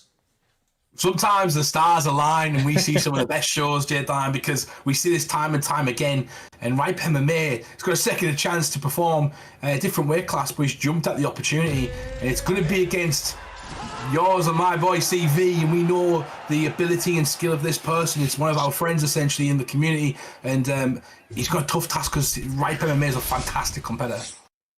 Yeah, Ripe's always been at the top of PT. He's always been a problem for anybody. So this should be a tough test for both guys. And I respect the picks too. If I'm not mistaken, I see Jing Liang, and I don't see Jing Liang a lot, Humble. Yeah, I like that pick. It's a nice pick, you know. Cyrus, he's long, he's lanky. You don't quite know what you're going to come up against when you face him. But I know CV very well, and I think he's going to stick on the back foot, try and kind of stay similar to what we just seen, but it won't do him work. But CV will also pick his opportunities to come forward and attack. It sometimes can be frustrating, Cyrus. Yeah, no, it definitely can. I will say, right, the Leech has sneaky power in the hands as well. Jing Liang, he really, really does. And Jorge Masvidal, I feel like in a lot of the boxing exchanges, he's normally ahead in the power department, but I don't know if he is. Maybe he is statistically in this one, but I'm telling you, man, Jing Liang hits hard.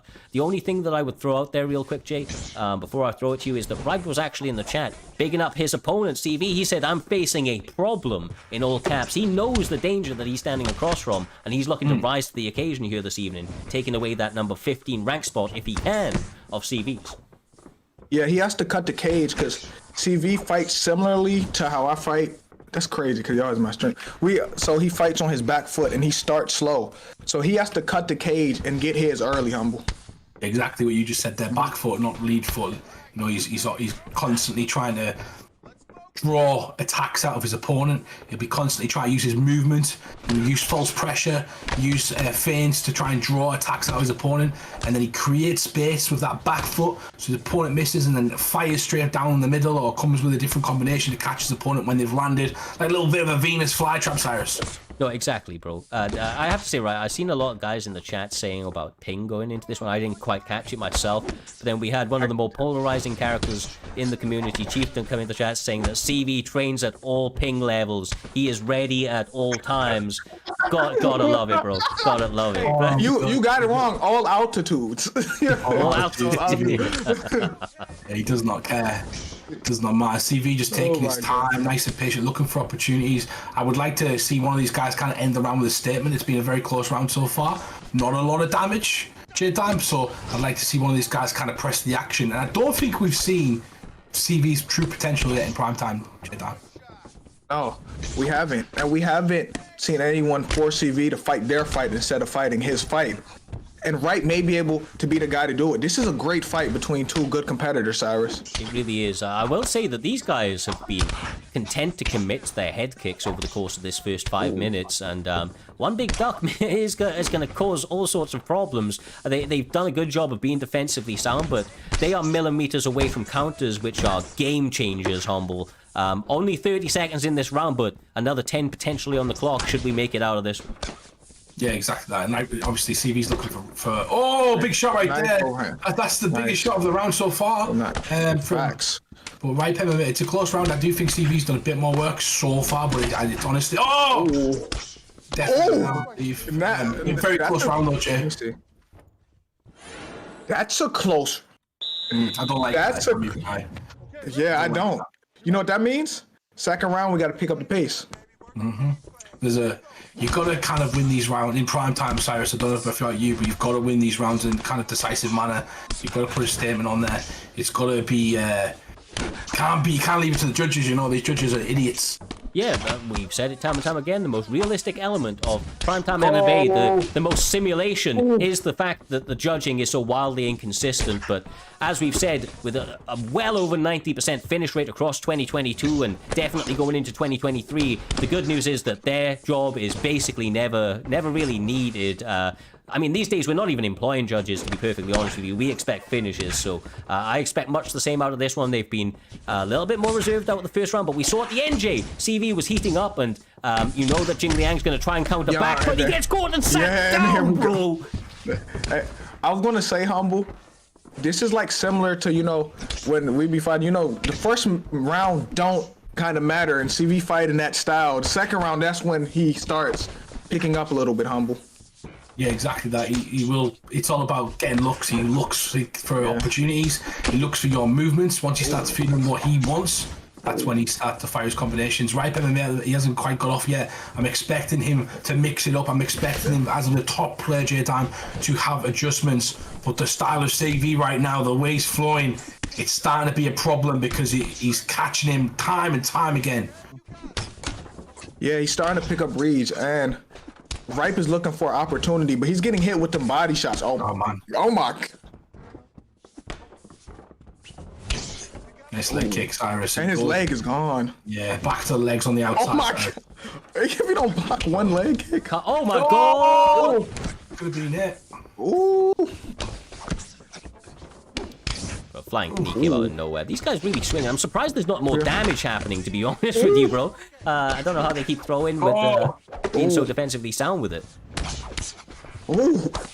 Ripe's starting to land. He's trying to give one. He is. Now he's catching TV. Now this is when Ripe is starting. Ripe is starting to pressure him now. Ripe is starting to have some success. It may be broke. His leg may be broke. Oh my days. He does switch the stance, yeah. You generally lose power as well, Cyrus. Yeah, it doesn't really affect too much other than the power stat, right? It does affect power a little bit, but obviously it doesn't affect movement, unfortunately, in UFC 4. So as a result, he's still going to be able to get on his bike should he need to. Blast that leg to the head if it's there as well. But Jing Liang having some issues. He's had his moments, Jay, but Jorge Masvidal seems to be getting more and more combinations in as time goes on. I also noticed there's some people who can't fight in southpaw like they do in orthodox. Because we've seen in these earlier primetime seasons, we've seen people fight orthodox cornered. Oh, TV! Oh, Oh my God! If he drops him, go for the kill. Oh my God! He hangs on. He hangs on. Interesting. Oh, Jing Liang, he's having a tough old time out here, bro. The fire continues to heat up. CV, your boy out here, guys. He's doing the damn thing. I mean, he's looking good doing it as well. Those combinations, heating up. Saved by the bell twice, basically, if you think about it as well. At the end of each round, the flurries were coming out strong. And if that's any indication, Humble, to me, that's that CV's expecting a big third round, looking for that finish. It's like he's been saving it, pacing himself for this big moment. Yeah, he's starting to feel the momentum. Nice push kick from Jilang, but can he do anything? Not right. Ripe MMA is starting to press the action, but CV he's essentially setting him up. The leg kick's coming. And he's done. He gets caught. He needs this finish. Oh man. Gives him one back. Doesn't finish in place. This food slightly though. Needs to be careful. Because Jing Liang is still dangerous. Ripe showed he can still stun him, Humble. You gotta finish your food, finish your dinner. You know, you don't, not here. You don't do it here, Cyrus. No, exactly. You don't mess about here because we see it change all the time. And he's landing. He kept his leg on. Oh my God. That head kick was needed as well, bro. Look, Ripe MMA needs a finish here, bro. But for my money, he needs a finish, and it's really difficult. CV staying game, but you can see he's also hurt. So one or two big shots, it's basically there. Those body upcuts, though, money in this third and final round. Nice work. Opening up and kind of getting loose now. Grum switched to stance straight down again, which we talked about. It's one of his game plans. Beautiful work. Oh my God. That's a great performance. Yeah, man. CV doing it in style here this evening, bro. Ripe was a great dance partner to get out here with. I mean, he went tooth and nail. He knew that he was up against a problem, but for CV to kind of on the short notice take that replacement, still be able to get a W, still be able to get that performance in, and then to end it with such a beautiful knockout, Humble. I mean, credit where credit's due, bro. Yeah, he needs lip surgery after that.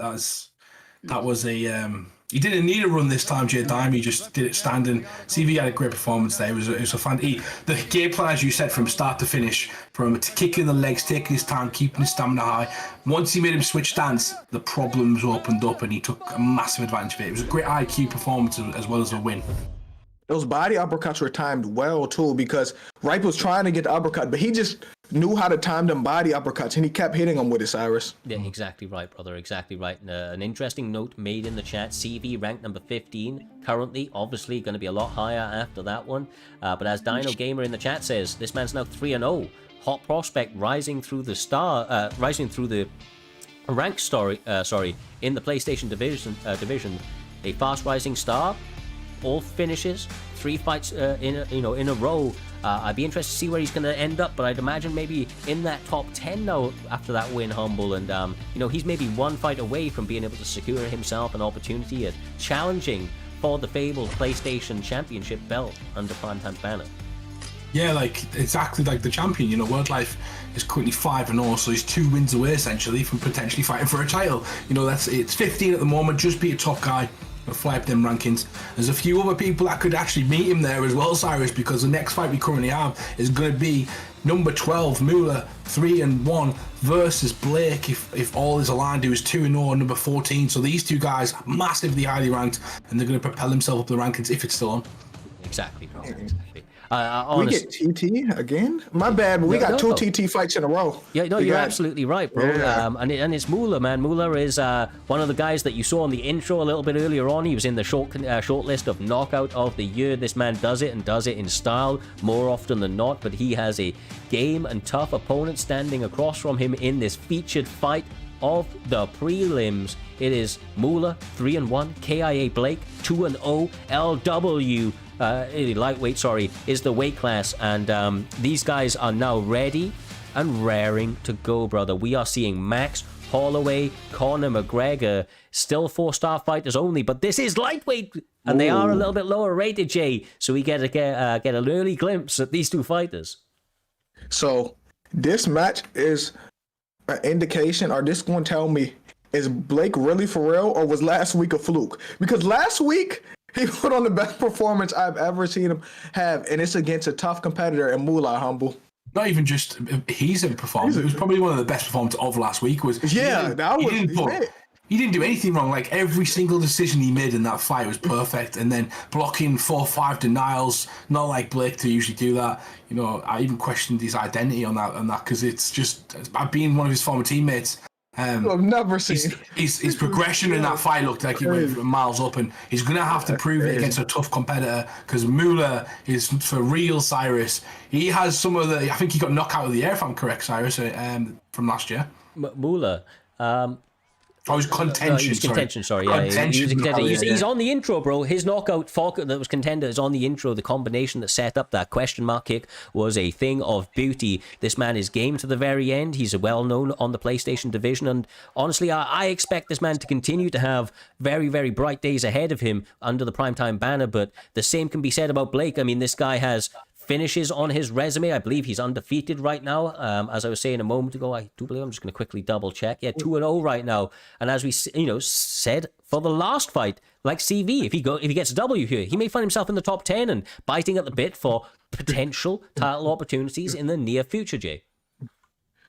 Yeah, and I like both of these competitors. Obviously, I'm close with Blake. I'm cool with Moolah, but this is just going to be a great fight, and we're going to see who's really like that. Like I said, we're going to see, was that a fluke last week, or is Blake like that? And we know Moolah's good, so this is a tough test.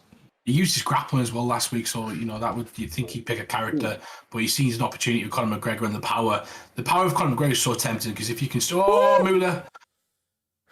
Ooh. Nice work right there. He's got to be careful as well, Cyrus, because Moolah's got some incredible setups for his head kicks. Yeah. He'll use sways in between his combinations to set up head kicks, things like that, and Blake's got to be wary of those. Yeah, no, 100%, man. Like Moolah and honestly TT as a whole, they're kind of like low-key one of the killer camps around, man. They've been doing great work. They got some top flight competition under their gym, and if he's able to get a win over here over Blake right now and stop the undefeated prospect, then that would be one hell of a task. But as you can see, Blake going hell for fucking leather, Jay. Letting it all go. Goddamn. Yeah, but he has to watch out because Moolah has great head kicks, and when he threw that head kick and got ducked earlier, that could have easily been game. Because I think the game over once you duck a head kick, humble. Yeah, usually if you connect right, if you land that lead hook, it's lights out. Sometimes you got to be landing it clean, but he went with the rear hook, which just takes a slight fraction of a second longer, Cyrus, so the hit reaction's a bit different sometimes. Yeah, exactly, bro. Oh my goodness. The way that Holloway is going to the body here, Moolah is going to the body, it's a thing of beauty, but he continues to get caught with the kick. Every time he goes for that lead roundhouse, it looks like Blake is just chambering up on some combinations. Can he get enough done? Because we've seen it before, Jay. Max Holloway, basically has 9 lives, man. He just doesn't die. He's a cat, basically. That's what you just say. He's a cat. Yeah, Max is really durable. He's never been dropped in his career, despite absorbing the most significant strikes in UFC history, humble. Yeah, that's a horrible fact to have. That's a horrible fact to have. That's why he doesn't spar, right, though? Yeah. So he limits it out. It evens it out times. So no sparring, just takes it all in the fight. No continuous damage, it's a good way, Cyrus. No, yeah, exactly. No, exactly. I feel like it was a smart move. It's allowed him to prolong his career and allows him to continue to put on sensational performances because he can give that little bit extra of himself and go to those next levels because he isn't taking all of those shots in training. Different approach, a new style approach. Obviously, I'm sure you remember, Humble, back in the boxing days, you know, when we were younger, smokers happening in the gym and the like. You know, it's a far cry from something like that and leads to more kind of prosperous careers in the long run, I think. Yeah, I thought you were on about Cyrus from 25, so I don't know what you're talking about right there, you know. 25, shut up, bro. 25? 25? I'm joking, but these, yeah, I know you mean exactly what you mean, but yeah, I've lost my train of thought now. Nice spinning kick misses massively, and Holloway could have been punished really badly right there. Yeah, if he's with a side step. Oh my. Nice body work. The stamina was a problem last round, Jay. I don't know if you noticed that, but the end of that round. I noticed. I noticed that. Stamina may not be a problem right now. The knockout is almost there. Oh, he has to stop overcommitting because Moolah could take advantage. Because Blake, when he stuns him, tends to overcommit. A pull elbow, a slip elbow could change the impact of this fight, Cyrus. Oh, definitely, bro. And you can see him going for it, but... Oh, my God. Almost had... Oh. It's always one punch away, but he sets him down. This could be it. Hey, get out here, Blake. He's going to survive it. I don't know how. The durability of Max Holloway, the durability of Moolah, and the TT boys. He does it somehow. Reverses position after getting sat down with flurry after flurry. Jay, how does he do this shit? I don't know. That's called resiliency because this fight could have easily been over 10 seconds ago. But he bit down his mouthpiece and he realized this fight not over. I just need one. Like, he's in top mount now. This is a dominant position, Cyrus. Yeah, I mean, look, the composure from Moolah mixed with his ability to go absolutely anywhere in this game. You know, he isn't a one-trick pony. He can grapple you. He can strike with you out your Humble. And I feel like that's one of the biggest kind of strengths in his game, and that's what he's utilizing right now. He started to get the stamina low of McGregor, gets the top mount, and now he's got a pretty dangerous submission with the stamina basically gone from Blake. Okay, he's getting close. Oh, Blake's not gonna panic. He can't panic. He's got to keep it. That's so close. This is close. This is close. This is close. Blake, how bad do you want it? How bad do you want it? It's getting close. It looks like Moolah is going to get it. It maybe. Hey, will Blake get out? It's close. Moolah with the comeback. He's gonna get it. Moolah with the comeback. He's got it. Moolah with the comeback. Oh my God. He came back after being dominated with the sub. That's going to kick for Blake, but that was a great comeback, Cyrus. Yeah, I mean, look, took that man's O after he was dialed in and landing shots on that face. I mean, the fact that he was not sparring going into this one for Max Holloway is a good thing, bro, because he's oh, bro, that was that was a lot of flurries.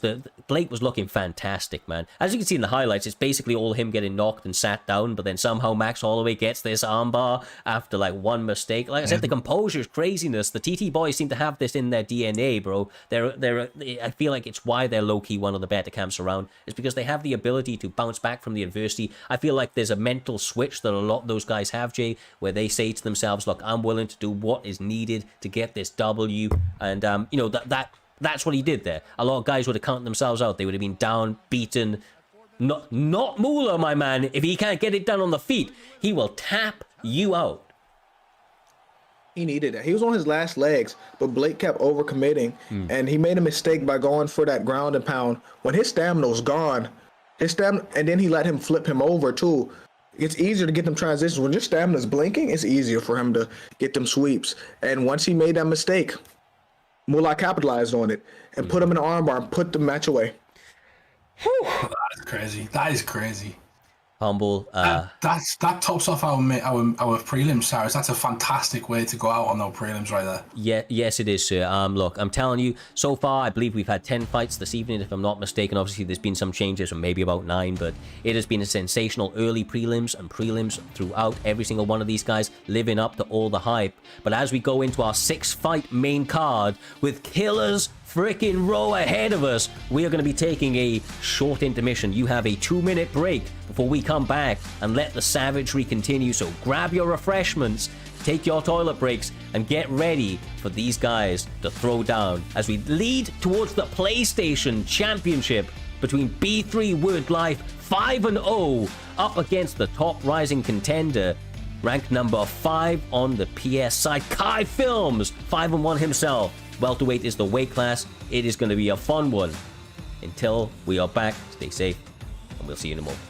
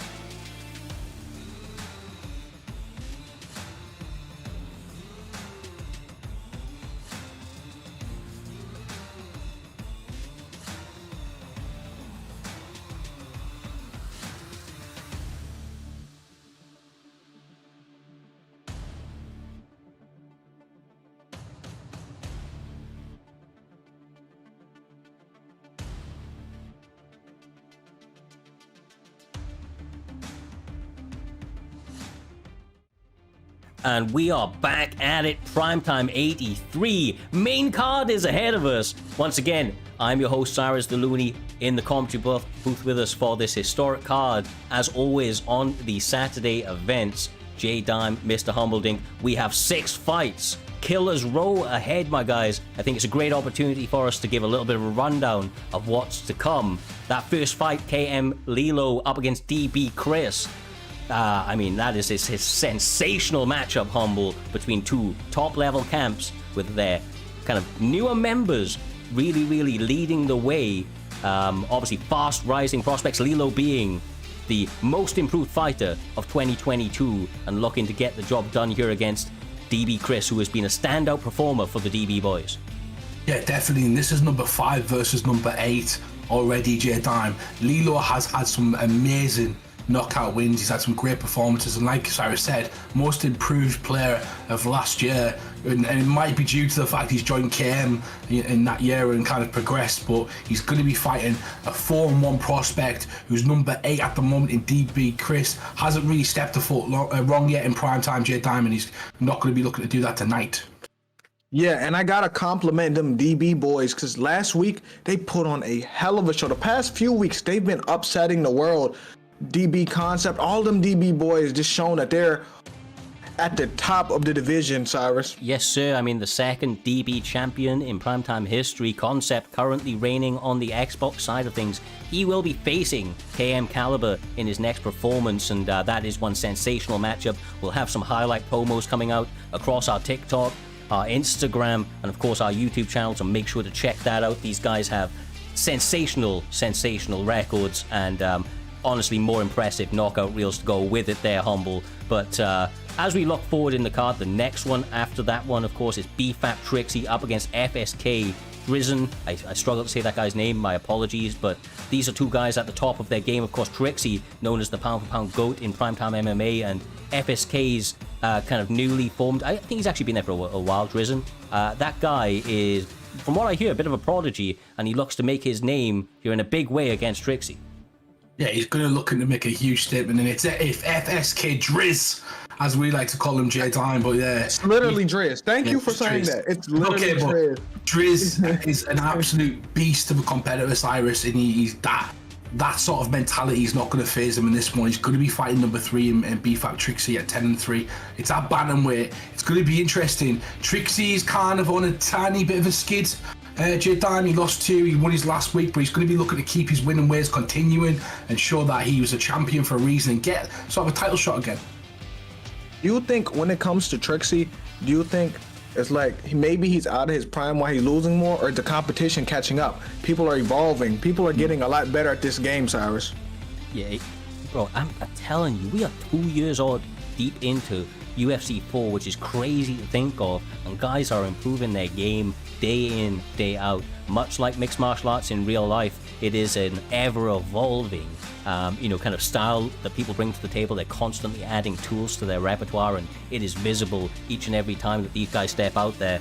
And with that being said, I mean, the next 2 guys on the PlayStation side of things, we have MBK GOAT, your client there, J-Dime, up against Hoo. These guys both former PlayStation title contenders, and they want that opportunity again.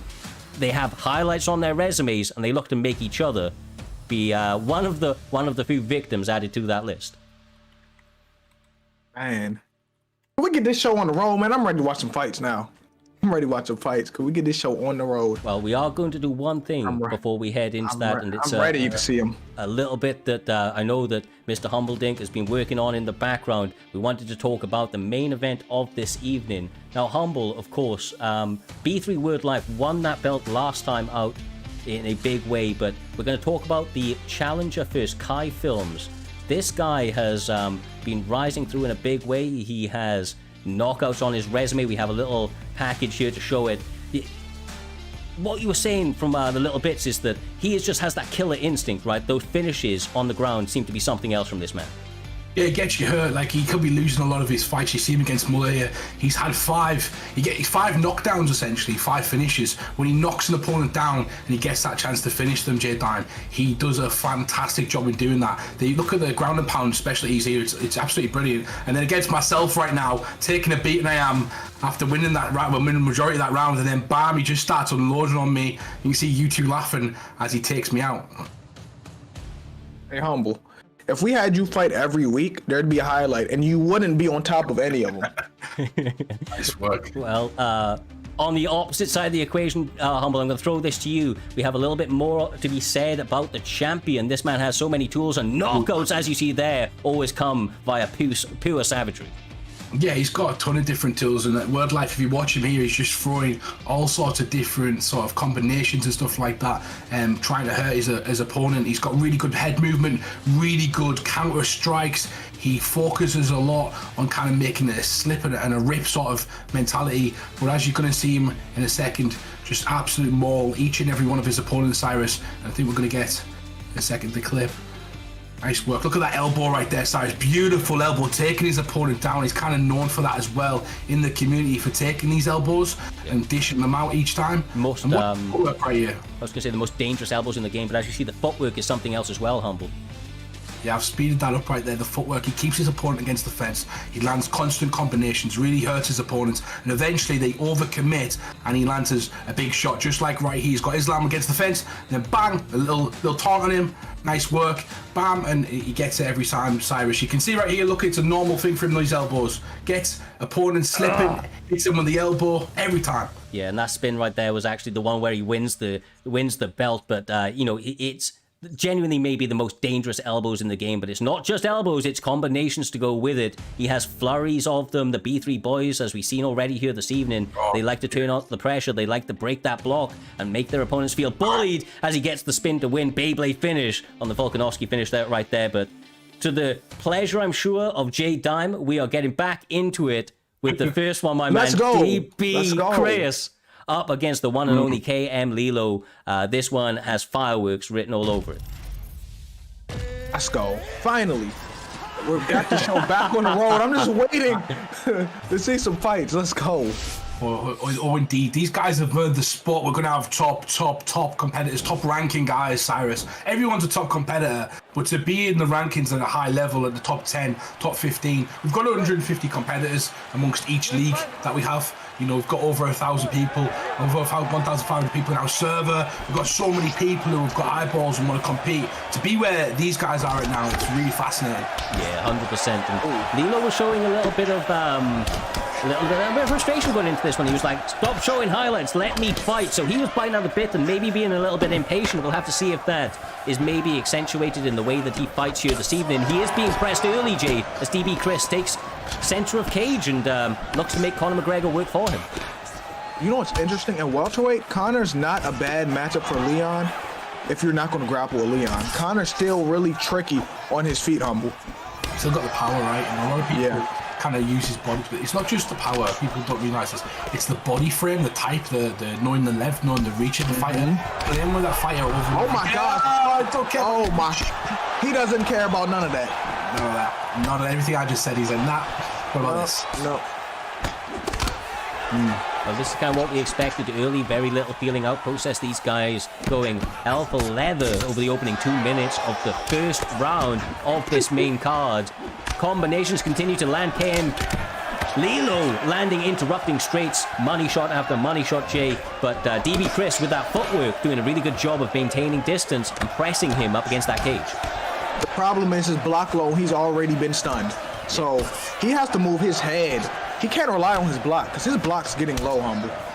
Yeah, he's getting low, definitely.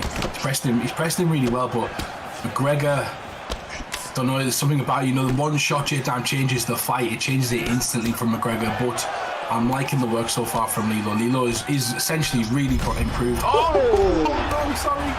I was about to say, man, Conor's like a ticking bomb. Like, one, just just needs one, and it'll explode, Cyrus. Yeah, no, definitely, bro. That left hand is money from Conor McGregor. Like, if he lands it on anybody's chin, they may be sent to the land of wind and whispers. But the one thing that KM Lilo has done so well on his fast rising ascent to being the most improved fighter of 2022 is the adjustments that he is normally able to employ. Can he do it here? Maybe not, as he gets rocked again by the flurries of Conor. It doesn't end out here, Humble. The combos continue to come. Yeah, it doesn't. And look at the head health now. It's about even for both of these guys. I'm still liking what Lilo's been doing in this round. I'm just not liking it right now, J-Dime.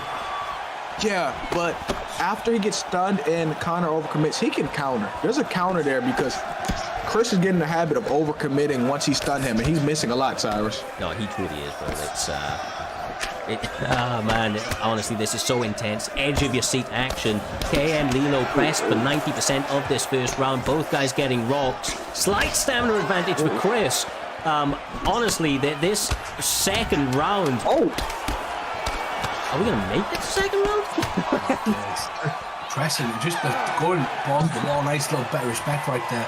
I'm not respecting anyone who's punching me that hard, J-Dime. Like the amount of work. Not of leverage just land on your face. I'd have resentment for that. man. Conor, to me, he still hits harder than anyone in this welterweight division on the game. He has the best animations, the best uppercut animation, so he's still scary on the feet. He has the same stats, he just doesn't have the health stats, Cyrus. No, you're exactly. Oh my God, the pull was there. I thought the left hand was coming. Oh no. He hesitated. He should have hesitated. Yeah, at a certain point. Oh my God, he's going to believe in those hands. Maybe now is it, as he sits him down again, Humble. He's going to have to call him and shout him right now because Leon Edwards is losing this fight. We all know gets plus 10 attributes in the last round. We're not quite there yet, Cyrus. If he can survive it, maybe he gets some attributes. Oh my God. Conor McGregor, that damage, Jay, that damage. You wanted to get back into the fights, brother, and I can see why. They delivered. Yeah, they for sure delivered. That was a great fight, but that was paradigm on paradigm crime. Like, Leon Edwards is signed to Conor's management team. Why would you punch him like that? Oh, God damn. Gotta do it, bro. All love is... Three-time world champion. Three-time world champion. That's fine. All Nice is work. fair in love and war, and Conor McGregor went to war here this evening, got the job done in a big-ass way. Got to be said, you know, as the card continues, those DB boys, or as the season has continued, those DB boys, they're doing a good-ass job out here. I mean, there's been some reform within the camp. They've, you know, had some members leave, had some members join, and that new blood seems to be revitalizing them. And, you know, with some good leadership behind it, they seem to be rising to the top, man. I mean, they've got a champion right now, and in that one, Chris looked sensational out here, Humble. Yeah, he did look sensational. It was nearly 50,000 points getting better, channel points getting bettered on that fight as well, which is crazy. So a lot of following, like that's how you kind of show your support as well, J-Dan. You bet on the fights. The more money that those guys get invested in, the more people we know that people are investing in their fights. Like, and you can see right there, 48,000 is a lot. Both of those guys are highly respected, and a huge win for Chris. So, Humble, they're telling me in the back that you be swaying the betting lines like James Krause. Like, you're doing some illegal activity right now. We all know that's you, J-Dime, and you know, we all know that it's usually when Goat's fighting. That's all I'm saying. That's hilarious. So we are just waiting for these guys to get going now. I do apologize. They've been shedding a couple of final pounds. They are almost ready to get going, I do believe. In fact, just a little switch of who's streaming it, it would appear. So I do apologize for the delay, but rest assured, Driz v Trixie is about to go down. And I want to like further highlight this, right? For people who don't know, they hear us throw it out there quite a lot, Humble and Jay, that, you know, Trixie is the pound for pound GOAT. And maybe if you're a little bit newer to the community, you just don't know yet. The reason that this guy is the GOAT is that he has had more title fights than anybody in the history of the promotion. Oh, apologize, you disappeared for a moment. You're back. It's okay. He has more title fights than anybody in the history of the promotion out here, Humble. And, you know, he actually went on a 12-fight winning streak as well. I mean, that's a difficult task for any man to accomplish, especially with the level of competition, but somehow he finds a way to get the job done. Can he do so here this evening up against an incredibly tough Driz, man, who is rising very quickly? Yeah, exactly that. He's rising very quickly. Trixie did all that, Cyrus, while you had hair. That's when he was winning all of those titles, all of those belts, everything that was going on. He was doing it back in the day, all up until now, and he's just fell off the horse slightly, J-Dam. He's championed this season multiple times. He'll be wanting to get right back up there and fight people like Naz and fight people like Dirty Dave and all the guys at the top who have got these opportunities. He'll be wanting to do that, but he's got to get through Driz first. Crazy thing is, this can make Trixie hungry. This can be a hungrier Trixie because he's been getting his ass whooped as of late. So now this can make Trixie hungrier to get that belt back. Or is it Driz season time right now, Humble? That's the question, isn't it? Just how much does Driz want this? How can he deal with Trixie? You know, sometimes I don't know. The way Driz is fighting right now, he's catching Trixie coming in, and Trixie will be trying to get a measured approach, Cyrus, so he can take over this fight. Yeah, I've always wondered this as well. You know, when you're somebody like Trixie, and I mentioned it about Ed earlier as well, there's a lot of footage on you, bro. There's a lot of footage, and when you have camps like FSD behind you, you know, they're going to be watching that footage. FSD have actually come up against Trixie more than anybody else, if you think about it, with you know, with the likes of Fadinator, you know, having so many kind of matches over the seasons back and forth. So, you know, there's been a lot of preparation, kind of like you know, Team Alpha Male up against Dom Cruz back in the day out here. Kind of similar thing. Yeah, definitely, and it's I love it. I love the camp sort of mentalities and the going back and forth time, and you know, we've seen it over and over again. You've got teams, you've got players that you support in the community. You know, it's like with the relationships, you're in the chats with them. It's it can get a bit zesty out here. What do you mean by that? A bit hot, zesty, you know, a bit hot. I thought that when you said zesty, I didn't. My bad. My mind just drifted. But yeah, it can get a bit hot. Back to the, don't say that again. Do not say that. But yeah, this is gonna be a great fight. And if Dre's season win, he's really marketable. I'm gonna tell you why. Because you can say this is Dre's season, because SZN is short for season. You can say this is Dre's season. Like, he got some stuff to think about if he wins this, Cyrus. He's pitching their bloody management quote here to him, Cyrus. No, I like it, bro. I like it. And I've got to stop adding on the SCN to his name. I've got to stop adding it on, because I've been doing this for show after show, and you guys keep telling me, but it's short for season. Yeah, for sure, bro. Well, Driz doing great so far, man. He's tagging him, gets him rocked again. Now the combinations are coming. It's Driz season. Oh my god. So I mean, J-Dive's got the pitches going, he's got the damage going. Trixie up against it though at the moment. Trixie's got his head held hurt. He's against the competitor. Essentially, he's got a lot of length for him as well, Cyrus. This is a difficult puzzle to kind of solve right now. For sure, man. For sure, Doug. Of course, traditionally, the best round for Trixie is in that second round, but honestly, I just saw a little bit of frustration from Trixie. I feel like he's a little bit frustrated, and he needs to center himself. The BPAP boys are going to be behind him. I'm sure they've got him in his ear right now, trying to get him to just control his emotions, make it to the next round, and try to get this fight back into his corner, but he gets knocked out again! Oh! Talking there, J-Time. Did you see how Driz followed him, waited for his guard to come down, and then threw the combination? Yeah. It was perfect timing. I think that Sean O'Malley is a tricky fighter to fight against on this game, especially if it's in the hands of a great fighter like Driz, Cyrus. Yeah, no, and look, honestly, Driz, I don't want to necessarily say this, he has battled back from adversity before, but if I've noticed one thing, he's a hammer, bro. He likes to come forward, cause the damage, and be the front runner. And nice. He's been that so far in the first round, but Humble taking him down in the second is a next level adjustment. And of course, we've said it before, Trixie has that in his back pocket, and is one of the reasons that he became champ for so long. He can do it everywhere, and we'll have to see if Driz can do the same as well. The king of adjustments, essentially, J-Dime. This guy, we call him the comeback king, but really it's just all about adjustments. He's one of the best fighters at making adjustments. He's one of the best fighters at mixing up the game plan, making it difficult. You fight in one round and you come out the second, he's a completely different fight, and that's what he's really good at. Yeah, because a lot of people can start off the match leading.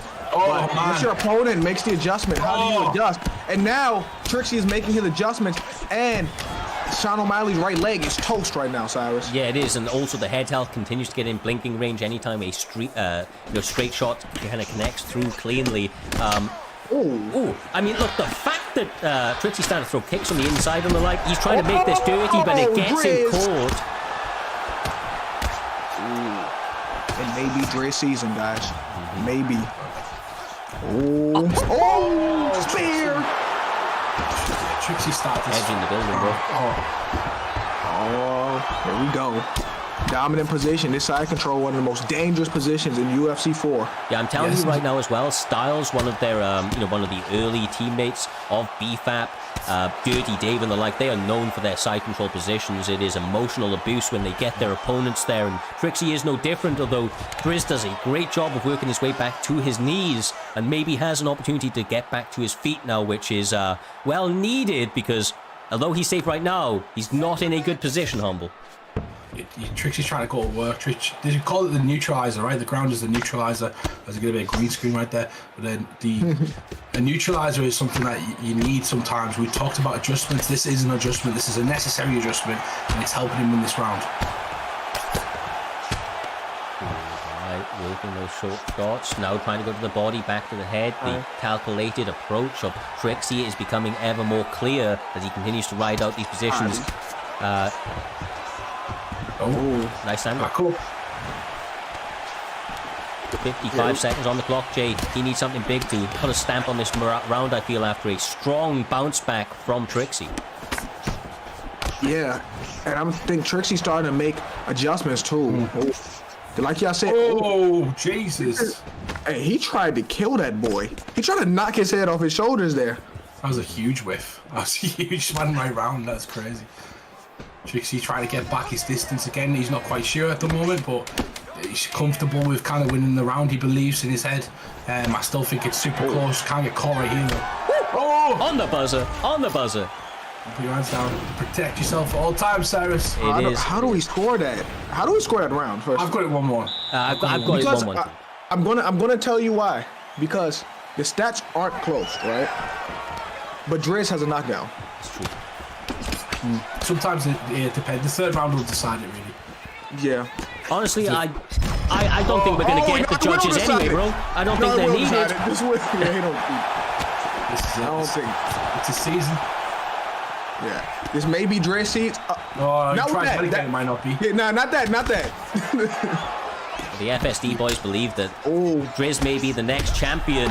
He's going to have to get through Trixie to do so as he sits him down again. Trixie right now, J-Time, is in Murray Avenue. He's trying to get himself out and he's trying to get back into like a winning area. I do believe he needs to take down. He needs to slow this fight down. He needs a counter. He needs a moment because he's down right now. If he wasn't down after last round, he's down right now. Yeah, exactly, bro. He's something big. Absolutely beautiful. Trixie's game to the end, though, Humble. He ain't going to give up on himself, so I wouldn't suggest that anybody does that either. No, do not. Unless he's out cold and snoring, you don't give up on Trixie because Trixie can turn the fight around at any moment. It's back to the ground now, and if you Driz, might be looking to see this round. He may just want to lay on top of him, but he got swept. That's not a possibility because Trixie's a veteran on the ground, Cyrus. Yeah, exactly right.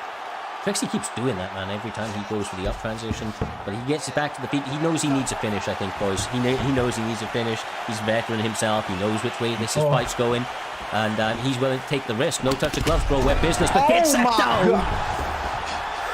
Yeah, he needs to bite down on his mouthpiece, guys. He needs a Hail Mary. He needs something. He needs a pep talk from his coach like Leon got. Okay, pep talk may not be enough, guys. He needs to survive. He gets back up. For one more opportunity. 2 minutes left at the clock. And Trixie needs something big right now. His head, he needs someone to touch him once. Essentially, it's done, Cyrus. So it needs to be a clean shot, and he's struggling to find the moment right now. Yeah, as one of the veterans of the community was saying in the chat moments ago, he is the comeback king. He has fought back from adversity more times than not, but this may not be his time here this evening. This is not a comeback. Oh, is it? How? It ain't over, bro. Oh my God! It may be a comeback. Shot selection needs to be perfect. Is it good? Oh my God! No. Trixie. Can he do it again? He's got 55 seconds to try and get a win. It's over. Dre's season. It is his season. He put it away. There you go. What a fight. What a fight. That was fun. It was good. That was fun, man. That was fun. Respect to all competitors. Yeah, bro. Respect to all competitors involved. That was as Chinsworth, the mighty Chin himself, in the chat was saying, crazy action. That was entertaining as all hell. Couldn't agree more, brother. That was one hell of a fight, man. One hell of a fight. Yeah. Nobody has dropped Trixie that many times, I don't think. I mean, that was when he got that lead. In a round alone. Yeah. Go. When he rocked him twice there, I was like, not again. Like, you just know, it's like we've watched it so people don't realize, like, if we put together a compilation of Trixie comebacks, it's be an hour long. It would never end, bro. It would never end, honestly. But so just like I said, credit where credit is due them. Once again, the FSD boys believe that he is the future of their camp. They believe that he will be the next champion, and that is. I mean, look, you have to get through Trixie one way or another, whether or not he's champ, to become the champion yourself. Concept, the current champion, found this out recently. You know, he had to beat Trixie and then Dirty Dave back to back. We've just seen this man go through one of the toughest threats that you can come up against in the Xbox division, and I mean, there's a bright future ahead for Driz. So Driz season may be a real thing out here, J Diamond. We'll have to see what he comes out to in the near future. But my man, up next, PlayStation is the division. It is your client, ranked number 3, former title contender, and potentially future champion. It is going to be MBK GOAT up against another man that holds all of the same accolades, former challenger, potentially future champion, the one and only Hoo over here. My goodness, this is a fight and a half, my man. Listen to me, guys. This should be a great fight between Hoo and NBK GOAT, because this will be a great win on NBK GOAT record. my bad, I'm playing. Because both of them are former title challengers, and this has a lot with the implications of this PlayStation division. And hold on, let me stop real quick. Hey, NBK GOAT, if you lose here, I am done. I'm your #1 fan. Listen, I got this just for you. You feel me? Just for you. If you lose, hey, you feel me? You gotta find a new manager. Bro. I got this just for you.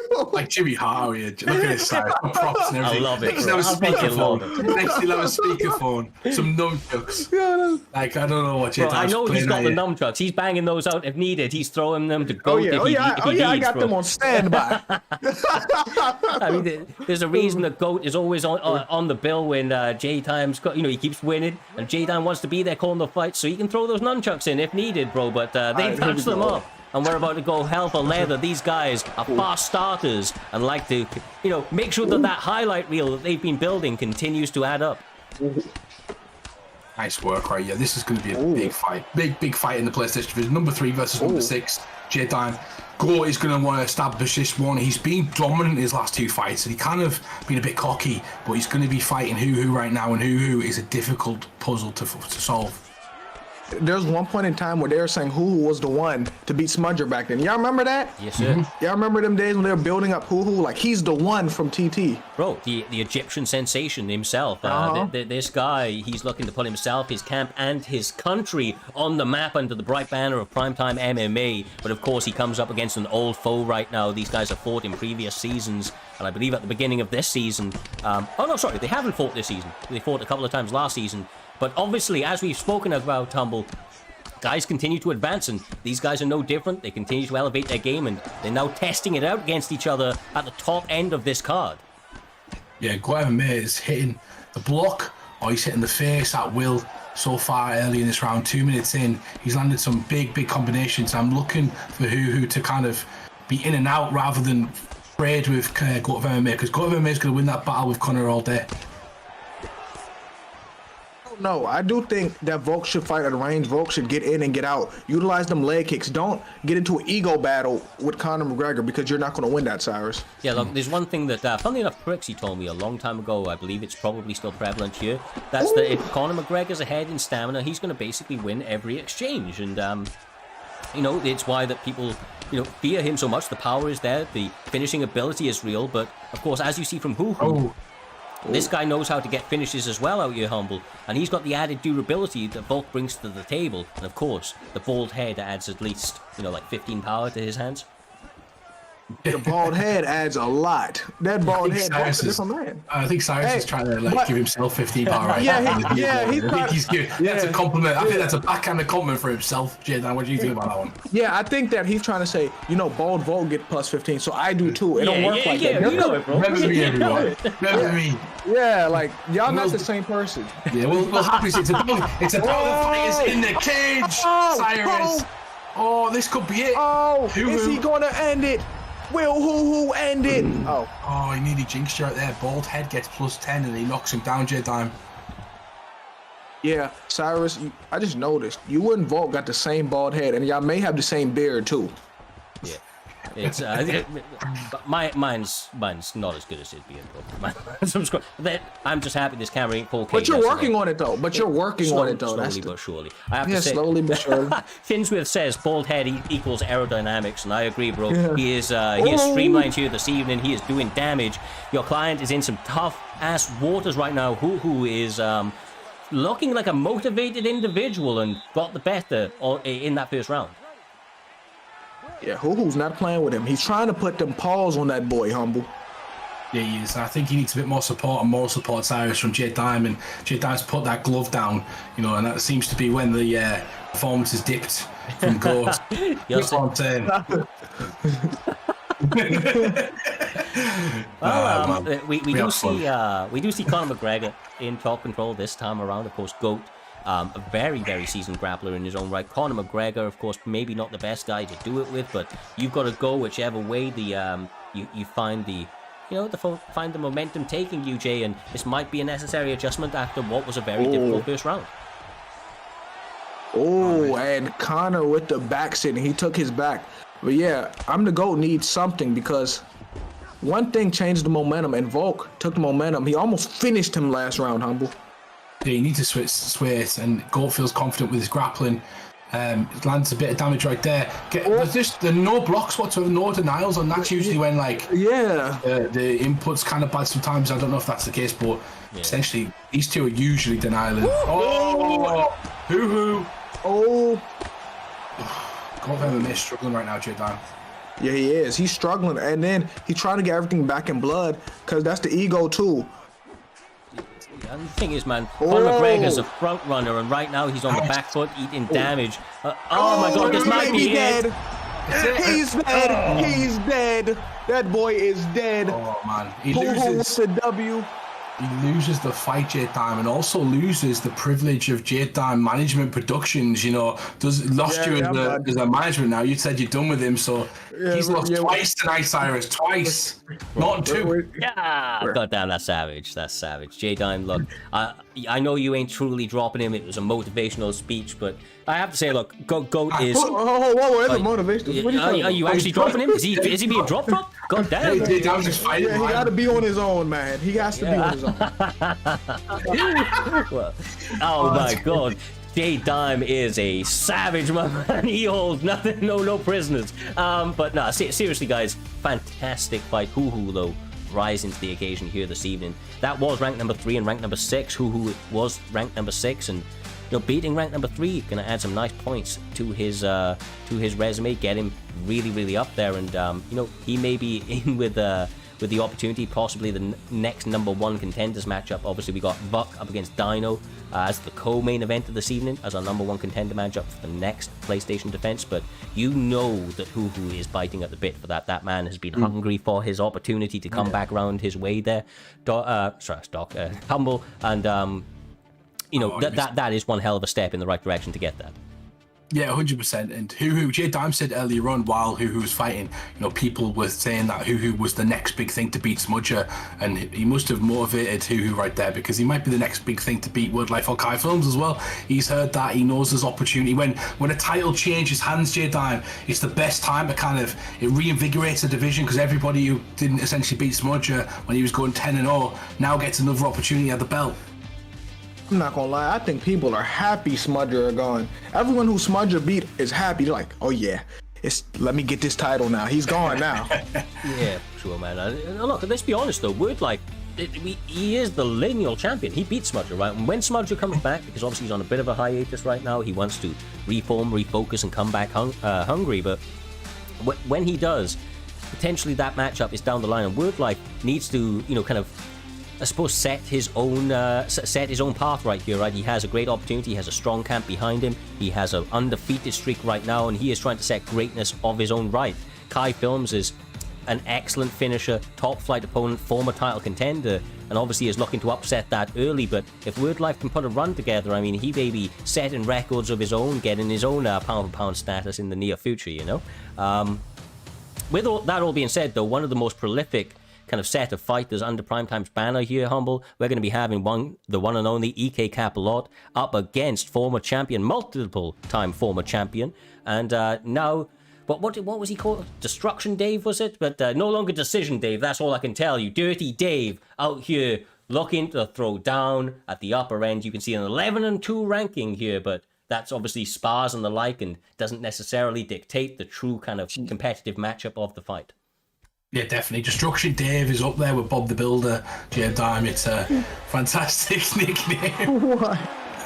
This is a bit of Bob the Builder. Oh, Jesus. Destruction Dave, though. Honestly, Dave has been one of those competitors who's constantly put on exciting performances as well. He has some unusual sort of styles and techniques, and a lot of people kind of know his certain the way he likes to fight, and he will hurt you and shoot spears and all sorts of different stuff, J Dime, but he's one of the toughest competitors in the esports landscape, especially in prime time.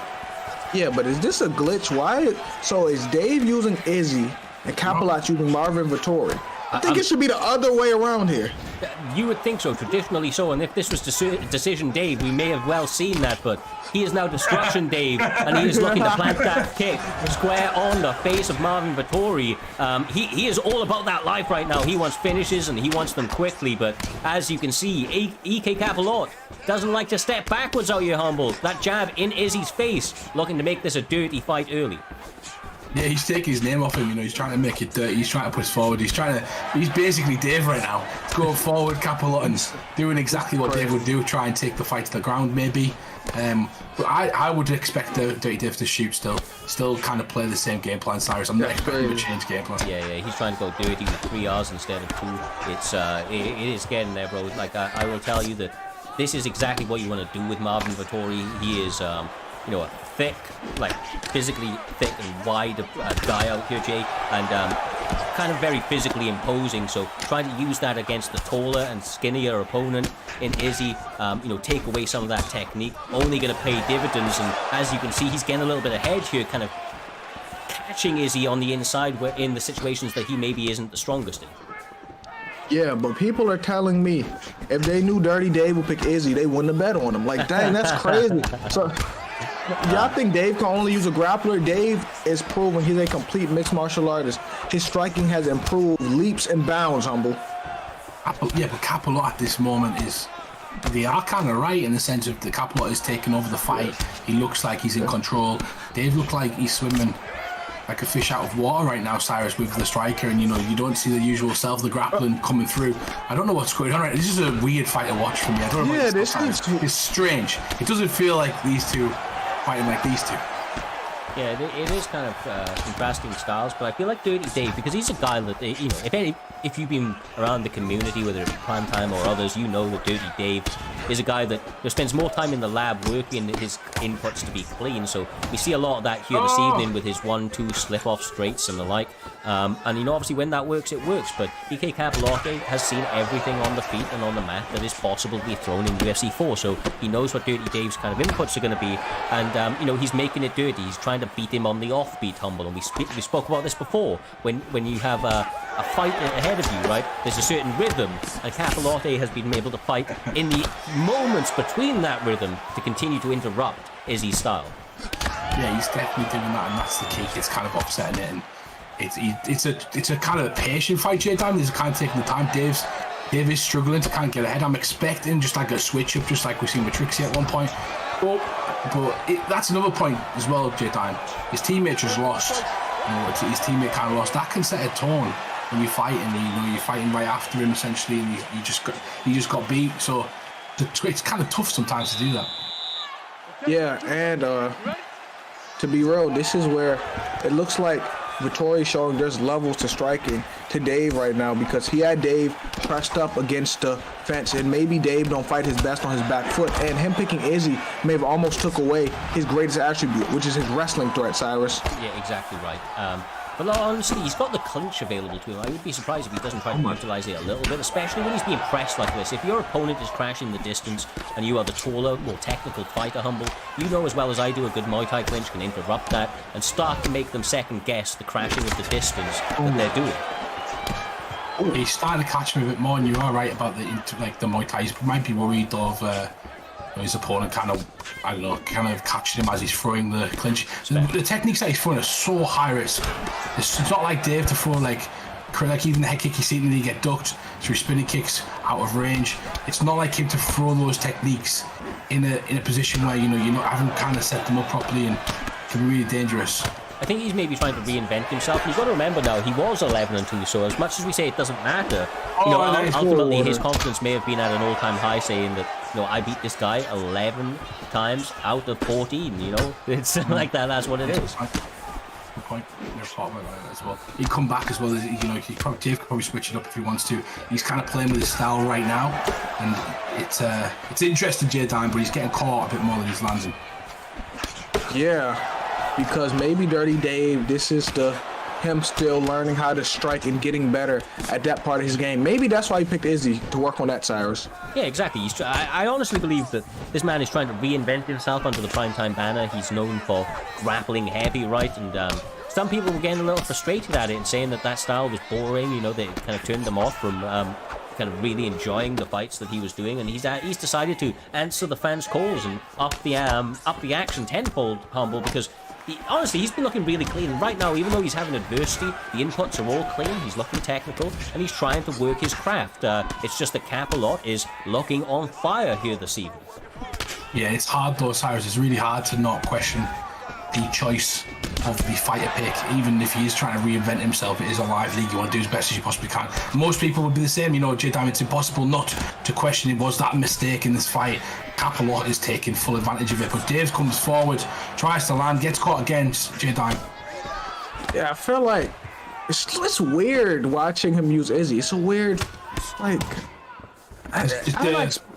foot doesn't fit the shoe, Jay. Yeah, the shoe is not his size.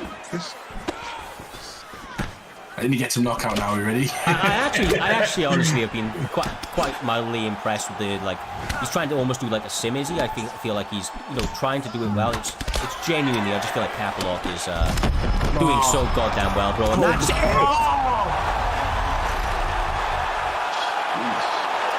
That man right there, EK Cap-A-Lot. If that same guy turns up every time, you stop it now. He didn't give Dirty Dave an in this fight. He just didn't. No, he made us question. I've never questioned it. Maybe question his choices in that fight, and essentially I've never had to do that before. And Dave doesn't usually step a foot wrong, but also Cap-A-Lot didn't step a foot wrong either. He was the guy tonight. It was him, J-Dime. He was him. Yeah. He I'm gonna tell you where he messed up. This is where he stepped wrong. He picked Izzy. When he picked Izzy is where he stepped wrong. But that's him still improving. I'm not mad at that, because I feel like he's gonna continue to use Izzy, and he's gonna keep getting better using Izzy. It's just weird seeing it. Yeah, for sure. Obviously caught a lot of the primetime faithful, the PT fam. It's caught maybe a few people off guard, because obviously you've become accustomed to seeing him fight in a certain way, and you know his pedigree in those realms. But I feel like it's all part of the process that we spoke about earlier, improving your styles, and he's taking some risks at the moment to try and elevate his game to the next level. Cap-A-Lot was a perfect test for that sort of adjustment. Let him know where he is, and I'm sure we will see a better and more improved Dirty Dave next time out. But Cap-A-Lot getting the big W, now 7-3 on the Xbox division, was ranked number 7. We'll be interested to see where he finds himself after that, but it moves us very, very swiftly on to the number 1 contender matchup on the PlayStation division over here, Humble, and that is between ranked number 2, NBK Vuk Gaming, currently 7-2 on the PlayStation console, up against Dino TT, 5-1, rank number 4. Brother, this is gonna be fireworks, my man. It's gonna be fireworks. It's gonna be fireworks. Indeed, essentially, Cyrus. It's Dino TT versus Cole. These two highly ranked competitors are going to be throwing down right now, and this could potentially, J-Dime, potentially be the #1 contender fight for the title. Like B3 Cole, a former champion, if we remember correctly, he was the man to dethrone Smudger originally. He was the first man to stop the streak before Wordlife kind of finished him, and he was if he shows up, if that guy shows up, he's virtually unstoppable, but he's fighting a formidable opponent in Dino Gamer. Dino Gamer, fantastic grappler. He's going to look to exploit that today. Yeah, on that high altitude. That's what on that high altitude right there. It's like fighting in Salt Lake City, Utah, all over again. You know how every fighter was tired except Kamaru Usman on that card? That's what this is going to be like. He's still going. He's just round one. But yeah, you are right. The betting lines are still open. 45 seconds left to bet on these. You can use your channel points. Just have a look at the chat to do that. 40 seconds to do it. Dino currently sitting at 10,000, betting him Cole 23. Cyrus, the betting line swinging towards the former champion. His combinations, his striking when he gets going, that's what really sets him apart. Truly, man. Sorry, caught me drinking. Respect to being shown from both sides. Imagine they're going to touch gloves up. What an interesting matchup. I know that Volk is going to be fighting Islam in the near future, but that man is a unit. He is a short stack unit. He's going to fight Khabib here this evening. I feel like he's a really good body type and stylistic matchup to go against this Dagestani pressure in wrestling. Yeah, I agree, J Diamond. If he beats Islam, you should call out Khabib in Australia. But Khabib wouldn't come back. I know, but you still call him out. Risk-free call out. Risk-free call out. You just build yourself up. Yeah, be like, I would have beat you if you were still fighting. Yeah, I'll beat your ass if you come back, Australia. With that being said, I have Islam. Well, this fight is very interesting. On this game, it's different because usually favors the striker that can also wrestle, and but Khabib on this game doesn't feel. It feels clunky to me. Essentially, Cyrus. Yeah, he can do. He's not a pick for me for sure, but obviously the advantages of Khabib is if you get it to the mat, you can abuse your opponent basically in every single regard, and that is what Dino is going to try and do here. I mean, this guy is a mixed martial artist. We've seen it in his past performances. He will take the fight wherever it needs to go, ride out these positions, get ground and pound and submissions, should the opportunity present. J Diamond, as you can see, full mount already, 3 minutes on the clock. This is not a great position for Volk, who cannot submit to these dire positions that Khabib is putting him in. I already like the way Dino's fighting. He's not even entertaining the striking, which he shouldn't. Risk-free submission, doesn't kind of use it there. I thought he was going to try to build some some control up, Cyrus, because it's a risk-free submission. You don't get countered really on that one. The only thing you can do is go back to guard. But beautiful work from the Dagestani, and gets a denial, calls in trouble. Oh my gosh. More than trouble. This is more than trouble right now. Goes across into half guard. He's trying to stay active off his back, trying to continue to, move back into more defensive positions, but Khabib is too heavy in these top control positions. Now getting the crucifix out here, Humble, momentarily, but from position to position, he's just continuing to, stick to him like glue, my man. Denials from Cole as well. I'm not sure what that's about. I don't know what's going on there, but he's not getting the denial on the crucifix twice. It's happened now, and this is dangerous because the block is gone. The head's starting to tick down. Oh my gosh. And Dino is just relentless with this. Mauling him. Relentless. This is a former champion too. Let's not forget. This is against the GOAT. Knocked out the GOAT. Knocked out the one guy who's dominant and shown his worth in that fight. And look at this. Oh my god. Doing essentially making a statement right now. Oh my god. He's making a statement. Oh my goodness. This is what's going to happen to Volk when he fight Islam. Right. I don't know why I said Cook going into this one. It's B3 Cole. I apologize on the misread in the beginning. Oh, it's okay.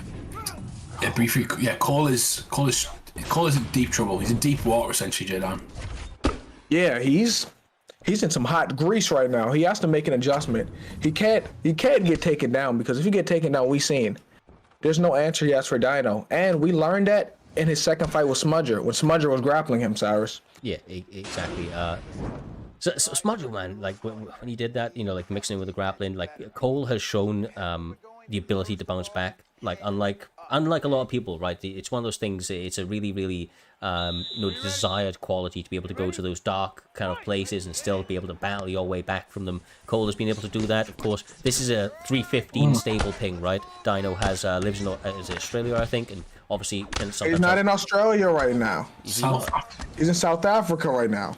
Oh damn! Yeah, he's in South Africa. Yeah, that's why they turn his internet off sometimes. And he doesn't get. Oh yeah, I remember. Yeah, because like at random times they just switch the internet off. Like they don't need that. That's crazy. It's like not today, boys. But obviously the thing is, even though it's a stable 315, it means that there is going to be a slight offset with things, and Cole obviously is going to need a little bit of a time to adjust to that. I would it's imagine. high altitude, man. That's what it is. We're fighting in Salt Lake City, Utah. Yes, sir. Yes, sir.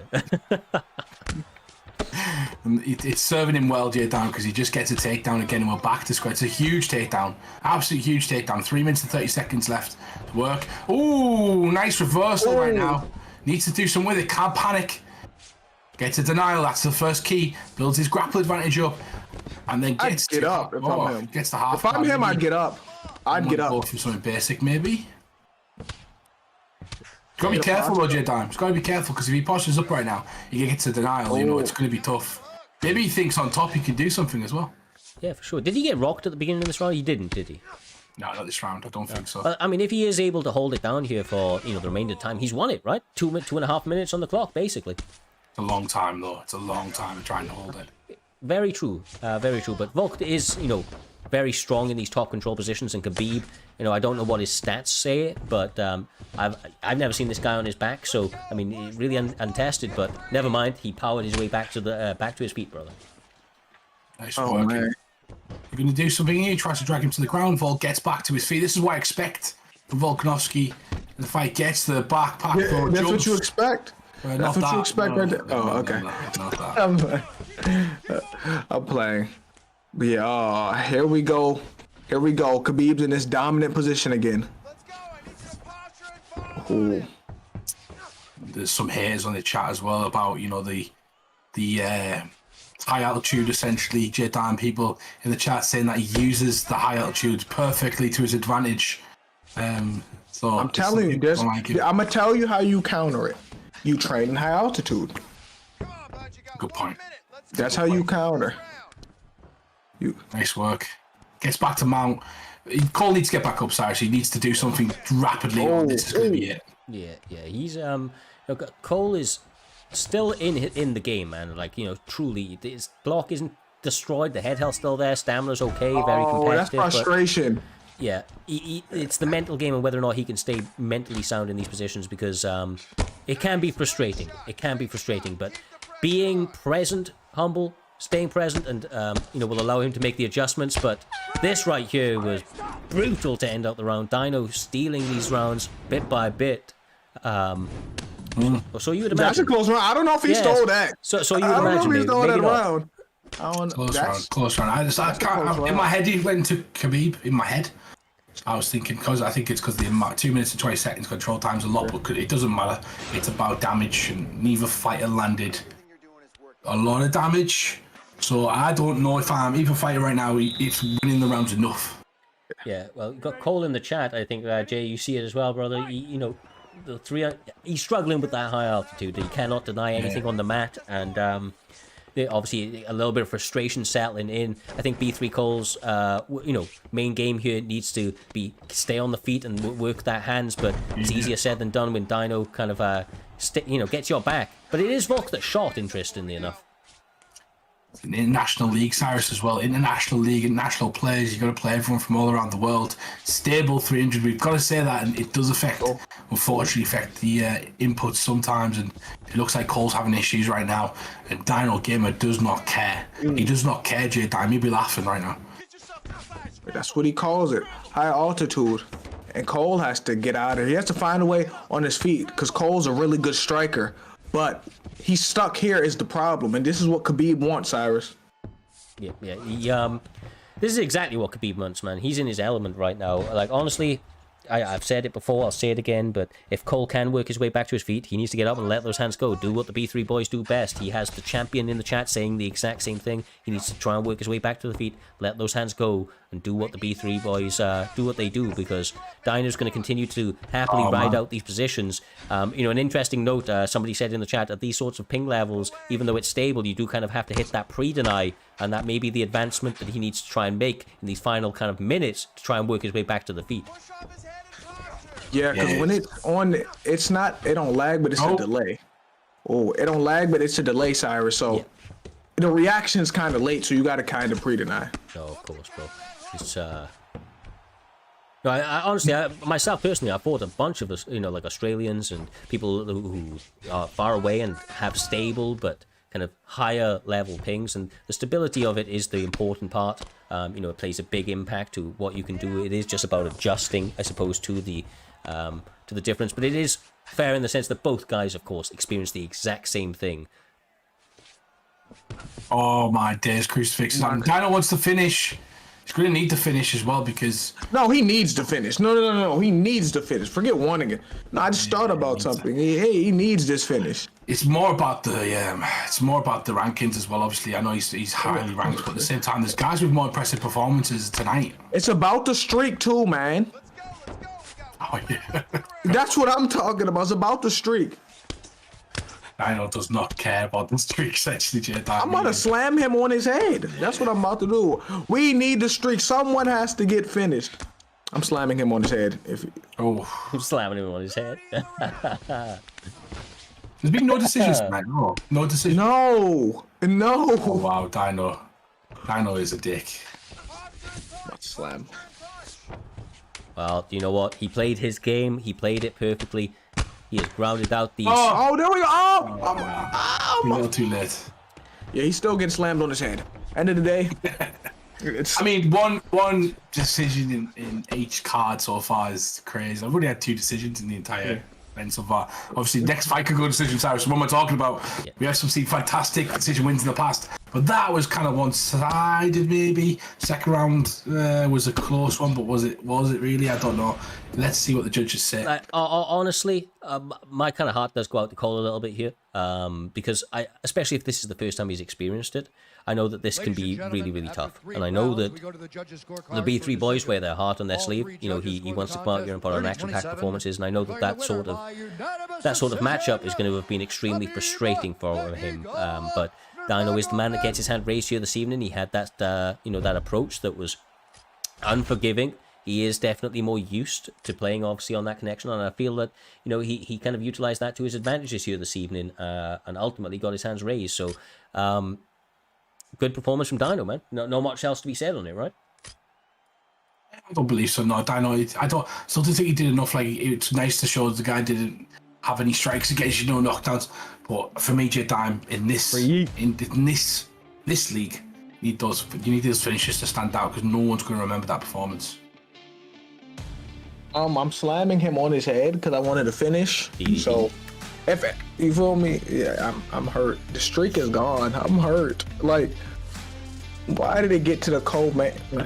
I'm done talking about it. Yeah, it's all great fight. I tell you what, though, Jay, this fight here, I will bet my goddamn life on this.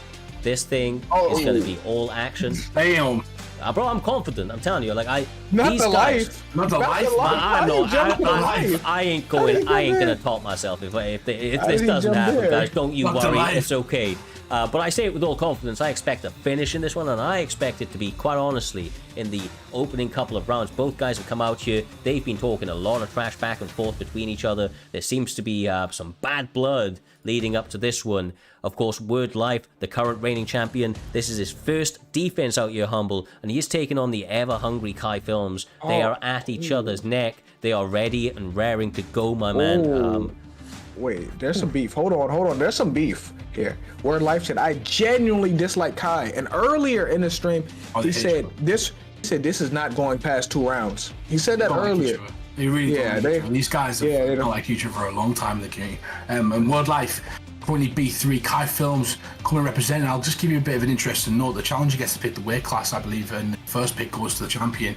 Kai Films is a Cody main. Most of his fights and knockouts this season have come with Cody Colby Chaos Covington, Cyrus. So it'll be interesting to see how he's going to implement that and have his main fighter to fight Leon Edwards. Yeah. So he's kind of in a great position right now because he's going to feel confident with Colby. Bro, I'm telling you, this ain't good for my heart. It's the reason I'm bald. The stress that these fights put me under. That's the reason you bald? It's the reason I'm bald, bro. The stress that these fights put me under as a fan, as a man calling these fights, it has emotional roller coasters. The second by second, round to round, these guys, they have ebbs and flows in the momentum, and the types of guys that I know that these two competitors are, Humble, they wear it all on their sleeve. They believe in their abilities 100%, and they're going to make sure that they give a fair accounting of what they bring to the table, and that, my friend, is pure violence. Oh, no respect. And here we go, ladies and gentlemen. Whoa, Jesus, what the hell? What just happened? That was a crazy start of a fight. Without anything happening, that was still crazy. But as I was going to say, I films when I'm doing my research on this guy, when he hurt people, when he got them rocked, when he knocked them on the floor and got the chance to do some ground and pound, he was finishing nearly everybody that he had the opportunity to with, including myself. And it's Jid knew I was going to say that, and it's exactly that though that makes him so dangerous. He's going to be looking for one shot. He's going right now. Wordlife's got to be careful. You cannot let Kai Films have. Oh my god! Oh my god! Kai, the challenger, already got 2 rocks in under 2 minutes. He get damn, bro, goddamn. Yeah, Wordlife has to keep his composure too, because Kai fights really fast too, and if you get into his type of fight, if he lulls you into that, it can get ugly, Humble. You've got to fight your fight. You can't just prove something. Wordlife is a champion for a reason, and this might be an emotional Wordlife, and that's not always a good thing. Ask Cody Garbrandt when he fought DJ Dillashaw. Ask Cody Garbrandt when he fight anybody. Yeah. Nice body kick. Yeah. Slowing down outside. And I feel like that's going to go to the advantage of the champion as he gets the Beyblade. Ooh. These two stunned the pocket. Oh, bro, this is good for the champ. They're in the pocket. Hey, they're in the pocket. First of all, there's not gonna be no footwork just teeping around. There's not gonna be Leon fighting from the outside kickboxing. This is phone booth fighting, Humble. Yeah, Wordlife's fine at the moment because he's getting rocked. He's not getting knocked on the floor. It's when the ground and pound. Seriously, the ground and pound from Kai is so good. I talked about it. The Wordlife has some great setups as well. I just don't see too much of it at the moment. He's really going balls to the wall, trying to hurt Kai with everything he's got. I'm looking for more of the setups that he usually uses, kind of the pull, the slips and the elbows and the sort of the combination, the setups that he does. I'm waiting for them to time. Yeah, and you know what type of fight I think Wordlife should fight? I think he should fight from the outside, and he should have, the pace that Colby put on him, he should have let him wear himself out a little bit for the first half of this first round a little bit, instead of getting to that brawl and getting stunned, Humble. This is a better approach right now. He's backed off slightly. There we go. He's starting to use his movement, and this is something we broke down. Cyrus, his movement is king. When he starts to press his opponent, he starts to use his movement to cut off angles and cage. That's when he really lets loose. Yeah, no, exactly right, brother. And traditionally, oh my god! Hold the phone. Shit is getting spicy. Like that. I know. When did Colby? I don't remember the last person Colby stunned. Colby's a great fighter, but he don't stun people, Cyrus. Nah, he's normally kind of like we said earlier, death by 1,000 cuts. But here this evening, he has. Somebody needs to check his gloves. Like being real with you. Oh my god! There's something in him. Oh man, he visit me. I just want to say, guys. I just want to say, there's 106,000 down. 106,000 channel points. That's the most we've had in about 20 events. That's crazy. A lot of support for the PlayStation division right now, and a lot of support for these guys main eventing this Saturday card. Cyrus, heated animosity amongst them. One of them taking a quick Zumba call before he steps back out there and not letting us listen to the corner. It's secret information. Yeah. It wasn't happy with just speaking in code. He needs to tune out the streaming tally. He doesn't want calls being made to the B3 corner, letting them know what the game plan is for the next one. It's Kai that's streaming this as well. So I mean, this guy is here. He's just probably just kind of like just getting ready for this next one. He gets the rock in the second one. What is the challenger? What's he taking, Jay? What is he on? Listen to me. I think because I fought Kai before. I think Wordlife is fighting the wrong fight too against Kai. Kai's doing good. He should have fought from the outside, Cyrus. That's what he should have did. He's fighting Kobe's fight right now, and I feel like he's fighting with his ego. He should have pulled out for the first half of the first round. Now he's playing from behind, and he probably has less stamina. Oh my god. Yeah, this is brutal. This is. Oh my god, man. Oh my. I wait. Oh, they does. This is it. The ground and pound. He's finished everybody from it. They do it again. Oh, it's over. It's over. Oh my god. It's over. One We have shot. a new champ. One We have shot a he new is. champ. It continues to it. Six. We have a new champ. Ground and pound attempt, Cyrus, and does it on the first goal. First goal. Look, that footage that you put together before this Humble, bang on the money, brother. Bang on the money. His finishing acumen is something else. That is how we do. Bro, he's in the chat. He's just turning his mic. And new. But I know that you guys can't hear him, but he's saying that's how we do. That's how we do. And new. And new. That's crazy. Bro, I mean, credit to Kai. 86,000 when on Wordlife. 86,000 It's going to be 86,000 People missing for people's bank accounts right now, and I've just cashed in right there on my fair share. We're gonna have to get an athletic commission to oversee this, bro. 93,000. That's what I like to see. Thank you so much, Kai Films. Look, we are genuinely going to have to get a committee to start overseeing the betting, because Humble is definitely the Kraus of primetime MMA. He is he is betting with house money, and he is coming up trumps more often than not. Maybe he's from what I hear, he has his own Discord giving away betting tips at the moment. Make sure to get involved. He brags that it's not betting if you know the outcome, and that's what he continues to do. But genuinely, lads, that is fucking crazy. I have never seen Wordlife have that much difficulty. He was undefeated up until this point. Kai came out with cement in his gloves, and I mean, he laid them on Wordlife. Beautiful, beautiful fucking 7 stuns, bro. 7 stuns. One knockdown. I told you, one knockdown's all he needs. One. I told you. Listen, man, I told you, Kobe punching harder than ever. Ever since that lawsuit, Kobe's been over here. I don't know, bro. He's been paying for some high-tech shit. Yeah, bro, it's on something else. Well, do you know what? With all the highs and the lows, you guys know that we will be back very, very soon with the Xbox Championship on the line next week out, and hopefully the PlayStation with Kai Films. Going into that one, I think that with this as well, Humble. Before we start getting the votes from the community on the performance of the nights, because we do want to hear all of your votes at home. What were you going to say, my man? Oh, that was it. I was going to say that we're going to be getting some voting from the community on the who they think the performance of the night might have went to, who they think the KO. I think it's the KO submission as well. We had a submission tonight. We have had a submission. Yes. We've only got one submission. Yeah, so it's got to be that guy. That guy's one submission. Now we can decide on that right now, Cyrus. Yeah, facts. I can't remember who it was exactly, but well, as you can see on this card, right, it was absolute. Honestly, this fucking card, Primetime 83. I thought PT 81. You're not gonna be able to beat that shit. That was a one way to kick off the card. I'll kick off the year even, but the entertainment, the emotions that were running high here this evening has made this one a pleasure to call. Thank you for all of the entertainment, my guys. Now, I will take votes real quick, okay? I think that when we look back at the performances here this evening, we have had some sensational knockouts.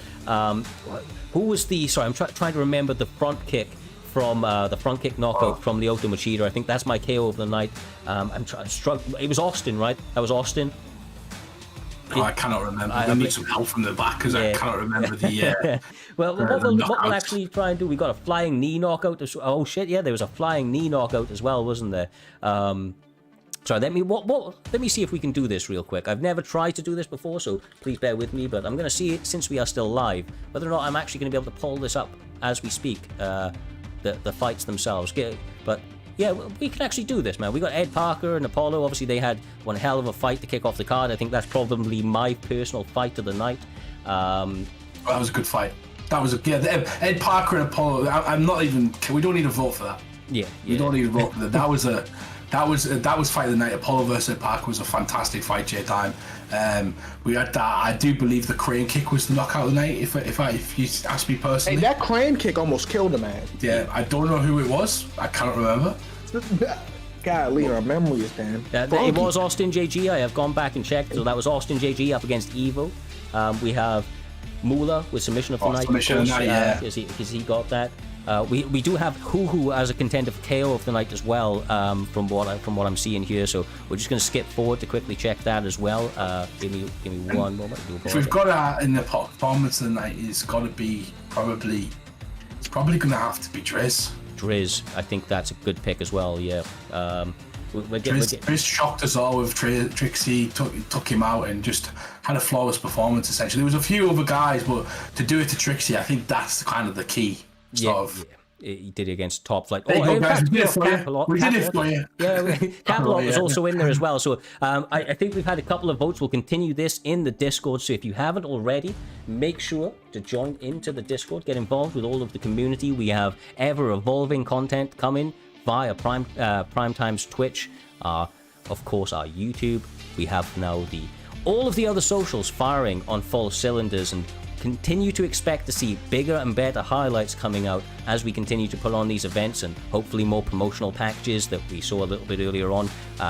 These guys, man, they continue to step up their levels, Humble, so it's only right we continue to step up ours, my man.